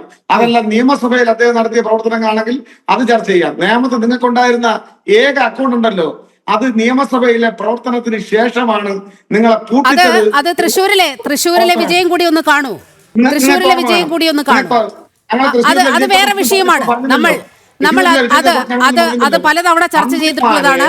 നേമത്തെ അക്കൗണ്ട് എങ്ങനെ പൂട്ടിച്ചു എന്നുള്ളതും അതിൽ ഏത് വിധത്തിലുള്ള രാജ്യദ്രോഹികളുടെ അടക്കം ഇടപെടലൊക്കെ ഉണ്ടായത് നമ്മുടെ മുന്നിലുള്ള കണക്കാണ്. പക്ഷെ നമ്മൾ ഈ വിദ്യാഭ്യാസ മേഖലയെ കുറിച്ചാണ് പറഞ്ഞു വരുന്നത്. താങ്കൾ അതിലോട്ടൊന്ന് വരൂ. അത് അങ്ങേറ്റം തെറ്റാണ്, മനസ്സിലായില്ലേ? പിന്നെ UP-യിൽ ജനിച്ച് സ്കൂൾ പ്രായമെത്തിയ എത്ര കുഞ്ഞുങ്ങൾ, നിങ്ങൾ ഭരിക്കുന്ന സംസ്ഥാനമാണ്, എത്ര കുഞ്ഞുങ്ങൾ സ്കൂളിലേക്ക് പോകുന്നില്ല എന്നറിയാമോ? ബീഹാറിൽ എത്ര കുഞ്ഞുങ്ങൾ സ്കൂളിലേക്ക് പോകുന്നില്ല എന്നറിയാമോ? BJP ഭരിക്കുന്ന ഉത്തരേന്ത്യൻ സംസ്ഥാനങ്ങളിൽ ഇവിടെ ഉല്ലാസ് ബാബു, നിങ്ങൾ സംസാരിച്ചപ്പോൾ ഞാൻ മിണ്ടാതില്ല എന്നുള്ളത്. നിങ്ങൾക്ക് എന്താ കൊമ്പുണ്ടോ നിങ്ങൾക്ക്? നിങ്ങൾ വായടച്ച് മര്യാദയ്ക്കിരിക്കണം. നിങ്ങൾ പറയുമ്പോ വായടച്ച് എനിക്ക് കണ്ടിരിക്കാൻ അറിയാമോ?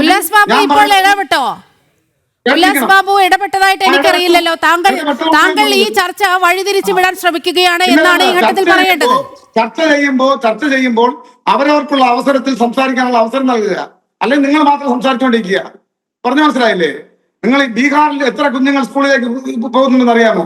ഉത്തരേന്ത്യൻ സംസ്ഥാനങ്ങളിൽ, BJP ഭരിക്കുന്ന സംസ്ഥാനങ്ങളിൽ നിരാലംബരായ കുഞ്ഞുങ്ങൾ എന്നോ നിരോധിച്ച ബാലവേലയ്ക്ക് എടുത്തെറിയപ്പെട്ടിരിക്കുകയാണ്. അത് ഞങ്ങളുടെ കേരളത്തിലില്ല. നിങ്ങളെ പലപ്പോഴും സ്ഥാനത്തും അസ്ഥാനത്തും കേരളത്തെ ഇകഴ്ത്തി കാണിക്കാൻ BJP-യുടെ നേതാക്കന്മാർ അതാണ് താങ്കൾ UP-യെ കുറിച്ചും ബീഹാറിനെ കുറിച്ചും പറയുന്നത്.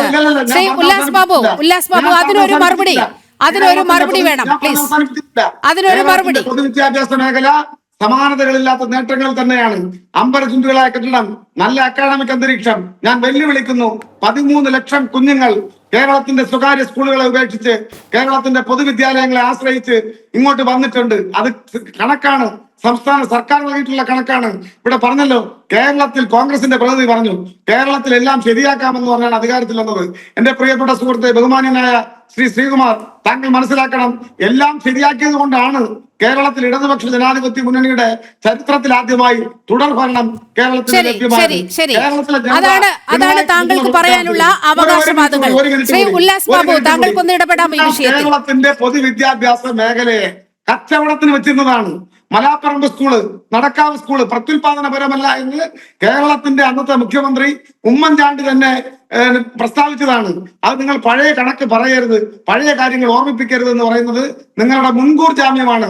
VD സതീശൻ കേരളത്തിന്റെ UDF-ന്റെ ഭരണത്തിലെ അവസാന കാലഘട്ടത്തിൽ പറഞ്ഞത് ഓർമ്മയുണ്ട് എന്താണെന്ന് വെച്ചാൽ, അദ്ദേഹം പറഞ്ഞത് കേരളത്തിൽ ഉമ്മൻചാണ്ടിയുടെ നേതൃത്വത്തിൽ നടക്കുന്നത് തീവെട്ടിക്കൊള്ള എന്നാണ്. ആ കാലമൊന്നും മറന്നു പോകരുത്. കേരളത്തെ പൊതുവിദ്യാഭ്യാസ മേഖലയെ ഇന്ന് കാണുന്ന രൂപത്തിൽ വളരെ മനോഹരമായി സംരക്ഷിച്ച് ഇന്ന് 13 ലക്ഷം വിദ്യാർത്ഥികൾ ഈ മേഖലയെ ആശ്രയിച്ച് വന്നിട്ടുണ്ടെങ്കിൽ അത് ഇടതുപക്ഷ ജനാധിപത്യ മുന്നണി കേരളത്തിലെ പൊതുവിദ്യാഭ്യാസ സംരക്ഷണ അങ്ങ് പറഞ്ഞു വെക്കുന്നത് അതാണ്. രാഷ്ട്രീയമായ മറുപടിയാണ് ഇക്കാര്യത്തിൽ വേണ്ടത്. രാഷ്ട്രീയമായ മറുപടിയാണ് ഈ ഘട്ടത്തിൽ വേണ്ടത്. ഈ ചർച്ച അവസാന ഘട്ടത്തിലേക്ക് കടക്കുന്നത് കൊണ്ടാണ്. ശ്രീ ഉല്ലാസ് ബാബു, അങ്ങേക്ക് മറുപടി പറയാം. അതിനകത്ത് ആരുടെയെങ്കിലും ഭാഗത്ത് ശ്രീ സുരേഷ് കുമാർ അദ്ദേഹം ഒന്ന് മറുപടി പറയട്ടെ. അദ്ദേഹം ഒന്ന് മറുപടി പറയട്ടെ വിഷയത്തിൽ. UP-യും ബീഹാറും ഒക്കെ ഇപ്പോഴും ബാലവേല നടക്കുന്നുണ്ട് എന്നാണ് CPM-ന്റെ പ്രതിനിധി പറഞ്ഞു വെക്കുന്നത്. എന്താ സംശയം? അല്ല, സുരേഷ് കുമാർ നേരത്തെ പറഞ്ഞു ഉല്ലാസ് ബാബു മര്യാദ വേണമെന്ന്. എന്നെ മര്യാദ പഠിപ്പിക്കാൻ താങ്കളാരാണ്? താങ്കളോട് എന്ത് മര്യാദക്കേടാണ് ഞാൻ സംസാരിച്ചത്? മര്യാദകൾ സംസാരിക്കാൻ കേരളത്തിന്റെ പൊതുവിദ്യാഭ്യാസ വകുപ്പ് മന്ത്രി അമ്മാന്യമായി സംസാരിക്കാൻ കേട്ടോ. ആ വർത്തമാനം ഒന്നും പറയണ്ട. പിന്നെ ഞാൻ സംസാരിച്ചു കഴിഞ്ഞിട്ട് താൻ സംസാരിക്കുക. ഞാൻ സംസാരിച്ചു കഴിഞ്ഞിട്ട് താൻ സംസാരിക്കും. ഞാൻ താങ്കൾ സംസാരിച്ചപ്പോ സംസാരിച്ചോ? ഞാൻ താങ്കൾ സംസാരിച്ചപ്പോ സംസാരിച്ചോ? സുരേഷ് കുമാറെ, താങ്കൾ സംസാരിച്ചപ്പോ ഞാൻ സംസാരിച്ചോ? ചോദ്യത്തിന് മറുപടിയാണ് ഞാൻ പറഞ്ഞത്. നിങ്ങൾ ചോദിച്ച ചോദ്യത്തിന് മറുപടിയാണ് ശിവൻകുട്ടി എന്ന് പറയപ്പെടുന്ന ദുരന്തം തന്നെയാണ് കേരളത്തിലെ വിദ്യാഭ്യാസ മേഖല നശിപ്പിച്ച് പണ്ടാരടങ്ങിയത് എന്ന് ഞാൻ കൃത്യമായി പറയുന്നേ. കേരളത്തിന്റെ വിദ്യാഭ്യാസ മേഖലയെ തകർത്ത് നശിപ്പിച്ച് ഈ സമൂഹത്തിനകത്ത് വളർന്നു വരുന്ന യുവതലമുറയെ പ്രതിസന്ധിയിലാക്കി വളർന്നു വരുന്ന മക്കൾക്ക് ഏറ്റവും വലിയ മോശകരമായിട്ടുള്ള വിദ്യാഭ്യാസ മേഖല ഉണ്ടാക്കി കൊടുത്ത വ്യക്തികളുടെ പേരാണ് ശിവൻകുട്ടി എന്ന് പറയപ്പെടുന്ന കഴിവില്ലാത്ത, പ്രാപ്തിയില്ലാത്ത, വീക്ഷണമില്ലാത്ത, ഈ സമൂഹത്തിനോട് യാതൊരു വിധത്തിലും സ്നേഹമില്ലാത്ത ശിവൻകുട്ടി എന്ന് പറയപ്പെടുന്ന വ്യക്തി. അദ്ദേഹത്തിന് കഴിവില്ലെങ്കിൽ, പ്രാപ്തിയില്ലെങ്കിൽ അത് വിളിച്ചു പറയുന്ന ഞങ്ങളോടാണോ താങ്കൾക്ക് ബുദ്ധിമുട്ട്? യു പിയിലേക്കോ ഗുജറാത്തിലേക്കോ ബീഹാറിലേക്കല്ല പോകേണ്ടത്. എന്താ സുരേഷ് കുമാറിന് വിഷമമില്ലാത്ത? സുരേഷ് കുമാറിന്റെ മക്കളെ കുടുംബത്തെ സുഖമായിട്ടിരിക്കുക. പക്ഷെ മിഥുൻ എന്ന് പറയപ്പെടുന്ന പാവപ്പെട്ട കുട്ടി മരിച്ചു. ആർക്കും ഒന്നും നഷ്ടപ്പെടാനില്ല. കാരണം എന്താ അറിയോ? നിങ്ങളുടെ മകൻ, നിങ്ങളുടെ മക്കൾ നിങ്ങളുടെ വീട്ടിൽ സുരക്ഷിതരാണ്. മിഥുൻ മരിച്ചു വീണിരിക്കുന്നു, ആ പയ്യൻ മരിച്ചു വീണിരിക്കുന്നു. എന്തടിസ്ഥാനത്തിലാണ് നിങ്ങൾക്ക് അതിൽ ഒരു ആകസ്മിക സംഭവം എന്ന് പറയപ്പെടുന്നത്? ഉല്ലാസ് ബാബുവിന് വിഷമം, ഉല്ലാസ് ബാബുവിന് അതിൽ വിഷമം ഉണ്ടാവും. കാരണം ഈ സമൂഹത്തിൽ ഒരു വിദ്യാർത്ഥി അങ്ങനെ മരിച്ചു വീടുന്ന സമയത്ത് ഇടതുപക്ഷക്കാരനായ സുരേഷ് കുമാറിന് ഒരു പ്രയാസം ഉണ്ടാവില്ല. കാരണം നിങ്ങളുടെ മക്കളെ സേഫാ. ഉല്ലാസ് ബാബുവിന് ഫീലിംഗ് ഉണ്ടാവും. സ്വാശ്രയ സമരം നടക്കുന്ന കാലത്ത് പിണറായി പിന്നെ മകളെ സ്വാശ്രയ വിദ്യാഭ്യാസത്തിന് അയച്ച ചരിത്രമൊക്കെ നമുക്കറിയാം. സുരേഷ് കുമാറെ, ഞങ്ങൾ കൃത്യമായി വെല്ലുവിളിക്കുന്നു. ശിവൻകുട്ടിയെ കുറിച്ച് കാസർഗോഡ് മുതൽ തിരുവനന്തപുരം വരെ ഒരു സോഷ്യൽ ഓഡിറ്റിന് നിങ്ങൾ തയ്യാറുണ്ട് എങ്കിൽ ശിവൻകുട്ടിയുടെ വിദ്യാഭ്യാസ നയവും ശിവൻകുട്ടിയുടെ വിദ്യാഭ്യാസ ശൈലിയും ശിവൻകുട്ടിയുടെ വിദ്യാഭ്യാസ മേഖല കൊണ്ടുകടന്ന രീതിയും കറക്റ്റാണ് എന്ന് ഈ പൊതുസമൂഹം പറയുകയാണെങ്കിൽ താങ്കൾ പറഞ്ഞ പണി ഞാൻ എടുക്കാം. ഈ പരാജിതനായ ഒരു വ്യക്തിയെ വീണ്ടും വെള്ളം പൂശാനുള്ള നാണവും നിങ്ങൾക്കില്ല. നിങ്ങൾ സ്വന്തം മക്കളോട് ചോദിക്കുക. ശിവൻകുട്ടി എന്ന് പറയപ്പെടുന്ന പരാജയപ്പെട്ടവന്റെ ചരിത്രം ആ മക്കൾ പറഞ്ഞു തരും നിങ്ങൾക്ക്. വിദ്യാഭ്യാസ മേഖലയുടെ കഴുക്കോലും മൂത്തരവും മോടും എല്ലാം ഊരി അതിനെ നശിപ്പിച്ച് നശിപ്പിച്ച് നാരണക്കല്ലെടുത്ത് ഒരു ഉള്ളുമില്ലാത്ത മറ്റൊരു പ്രശ്നത്തിലേക്ക് കൂടി ധാർമ്മികത നഷ്ടപ്പെട്ട ഒരു വിദ്യാർത്ഥി സമൂഹത്തെയാണ് വിദ്യാഭ്യാസ മന്ത്രിയുടെ നേതൃത്വത്തിൽ ഇങ്ങനെ വളർത്തിയെടുക്കുന്നത്. ഒരു മിനിറ്റ് ഞാൻ തിരികെ എത്താം. ശ്രീ രാജേന്ദ്രനിലേക്ക് കൂടി ഒന്ന് പോകണം. ശ്രീ രാജേന്ദ്രൻ നേരത്തെ നമ്മൾ പറഞ്ഞ് അവസാനിപ്പിച്ച വിഷയം ലഹരിയിലേക്ക് കൂപ്പുകുത്തുന്ന വിദ്യാർത്ഥി സമൂഹം, ഇവിടെ ധാർമ്മികത നഷ്ടപ്പെടുന്ന വിദ്യാർത്ഥി സമൂഹം, ഈ വിദ്യാർത്ഥി ഇങ്ങനെ കുട്ടികൾ വഴിതെറ്റുന്നതിന് കൂടെ പിടിക്കുന്ന ഒരു വിദ്യാഭ്യാസ മന്ത്രിയും സംവിധാനവുമാണ് നമ്മുടെ ഈ സംസ്ഥാനത്തുള്ളത്. അങ്ങേക്കൊന്ന് കൂട്ടിച്ചേർക്കാം. അതായത് ഇവിടെ പ്രശ്നം നമ്മൾ രാഷ്ട്രീയം ചർച്ച ചെയ്ത് അദ്ദേഹം പറഞ്ഞതിൽ നിന്ന് നമുക്ക് കുറച്ചുകൂടി എടുക്കാം. തേവലക്കരയിലേക്ക് മടങ്ങാം. ദയവായി തേവലക്കരയിലേക്ക് മടങ്ങാം. ഒരു സെക്കൻഡ് അങ്ങേക്ക് സമയം തരാം. തേവലക്കരയില് നടന്നിരിക്കുന്നത് നഗ്ന നേത്രങ്ങൾ കൊണ്ട് തിരിച്ചറിയാവുന്നതാണ്. ഒരു കുട്ടിയുടെ അവിടുത്തെ നമ്മുടെ ഹൃദയം മതിക്കുന്ന രീതിയിൽ മിഥുൻ എന്ന കുട്ടിയുടെ ജീവൻ അപഹരിച്ചു കളഞ്ഞത് അവന് കയ്യെത്തുന്ന ഉയരത്തിൽ കൂടി പോയ വൈദ്യുതി ലൈനാണ്. അതിന് സുരക്ഷ ഏർപ്പെടുത്തിയിട്ടില്ല. അപ്പൊ അതിന്റെ കുറ്റം അവിടുത്തെ പ്രിൻസിപ്പലും ഹെഡ് മാസ്റ്ററും അതുപോലെ വൈദ്യുതി ബോർഡിന്റെ അവിടുത്തെ ചുമതലയുള്ള ആൾ ഏറ്റെടുക്കണം. അവരെ ആദ്യം സസ്പെൻഡ് ചെയ്യണമായിരുന്നു. അതിനുശേഷം വേണമായിരുന്നു അന്വേഷണം നടത്താൻ. അത് ചെയ്തിട്ടില്ല. പ്രാഥമിക വിദ്യാഭ്യാസ മന്ത്രിയും അതുപോലെ ഇലക്ട്രിസിറ്റി മന്ത്രിയും ആ നടപടികൾ എടുത്തിട്ട് വേണമായിരുന്നു അന്വേഷണം. അന്വേഷണം നീണ്ടുപോകും. ഇതെല്ലാവരും കുടുംബത്തിനൊന്നും മറക്കാൻ പറ്റില്ല. ആ ഹൃദയത്തിന്റെ മതിക്കുന്ന ഹൃദയത്തിന്റെ വേദന നമ്മൾ മനസ്സിലാക്കണം. ശ്രീ ഉല്ലാസ് ബാബു ഒരു കാര്യം ഒന്ന് പറഞ്ഞോട്ടെ. ശ്രീ ഉല്ലാസ് ബാബു CPIM എന്ന് പറയപ്പെടുന്ന പാർട്ടിയുടെ ഏറ്റവും വലിയ അനാസ്ഥയല്ലേ ശിവൻകുട്ടി എന്ന് പറയപ്പെടുന്ന കഴിവില്ലാത്തൊരു വ്യക്തിയെ പിടിച്ച് വിദ്യാഭ്യാസം മുണ്ടശ്ശേരി മാഷിരുന്ന കസേരയാണ് നീലിമ ഈ ശിവൻകുട്ടി വന്നു നശിപ്പിച്ച് കളഞ്ഞത്. നിങ്ങൾക്കറിയാമോ? മദ്യവും മയക്കുമരുന്നും മാഫിയകൾക്ക് നടമാടിക്കൊണ്ടിരിക്കുകയാണ് വിദ്യാഭ്യാസ മേഖലയിൽ. ഈ ശിവൻകുട്ടി എന്ത് ചെയ്തു? ഈ ബിന്ദു ടീച്ചർ എന്ത് ചെയ്തു? നിങ്ങളൊന്ന് ചോദിക്കേ. എന്നിട്ട് ഈ പരാജയപ്പെട്ടവന് വേണ്ടി സംസാരിക്കുന്ന സുരേഷ് കുമാറിനെ പോലെയുള്ള ഒരു തരത്തിലും അംഗീകരിക്കാൻ പറ്റാത്ത വ്യക്തികളെ ഞങ്ങൾ അംഗീകരിക്കണം. 1.25% വോട്ടുള്ള നിങ്ങളുടെ ഈ പാർട്ടിയാണ് BJPയെ ഭാരതത്തിനകത്ത് വെല്ലുവിളിക്കുന്നത്. എന്റെ പോലി ചേട്ടാ, നിങ്ങൾ തരത്തിൽ പോയി സംസാരിക്കുക. നിങ്ങളുടെ ശിവൻകുട്ടി എന്ന് പറയപ്പെടുന്ന വ്യക്തി കേരളത്തിനകത്ത് പരാജയപ്പെട്ട വിദ്യാഭ്യാസ മന്ത്രിയാണ്. കേരളം കണ്ട ചരിത്രത്തിൽ ഒന്നൊന്നായി നോക്കിക്കഴിഞ്ഞാൽ നിങ്ങൾക്കറിയാം, കഴിവുകെട്ട മന്ത്രിയാണ് ശിവൻകുട്ടി. ഇനിയും പറയും, കഴിവുകെട്ട മന്ത്രിയാണ് ശിവൻകുട്ടി എന്നതാണ് BJP പ്രതിനിധി അഡ്വക്കേറ്റ് ഉല്ലാസ് ബാബു ഏറ്റവും ഒടുവിൽ പങ്കുവെക്കുന്ന കാഴ്ചപ്പാട്. സർക്കാർ അനാസ്ഥയുടെ, സർക്കാർ സിസ്റ്റത്തിന്റെ ആ അനാസ്ഥയുടെ ഏറ്റവും ഒടുവിലത്തെ ഉദാഹരണമാണ് 13 വയസ്സുകാരൻ മിഥുൻ. ഇനിയും ഇത്തരം സംഭവങ്ങൾ ആവർത്തിക്കാതിരിക്കട്ടെ, ഒടുവിലത്തെ രക്തസാക്ഷിയാകട്ടെ മിഥുൻ എന്ന് നമുക്ക് പ്രതീക്ഷിക്കാം. ഈ ജനഡിബേറ്റ് ഇവിടെ പൂർണ്ണമാകുകയാണ്. ഈ ചർച്ചയിൽ പങ്കെടുത്ത എല്ലാ അതിഥികൾക്കും ഒപ്പം പ്രേക്ഷകർക്കും വളരെയധികം നന്ദി. നമസ്തേ.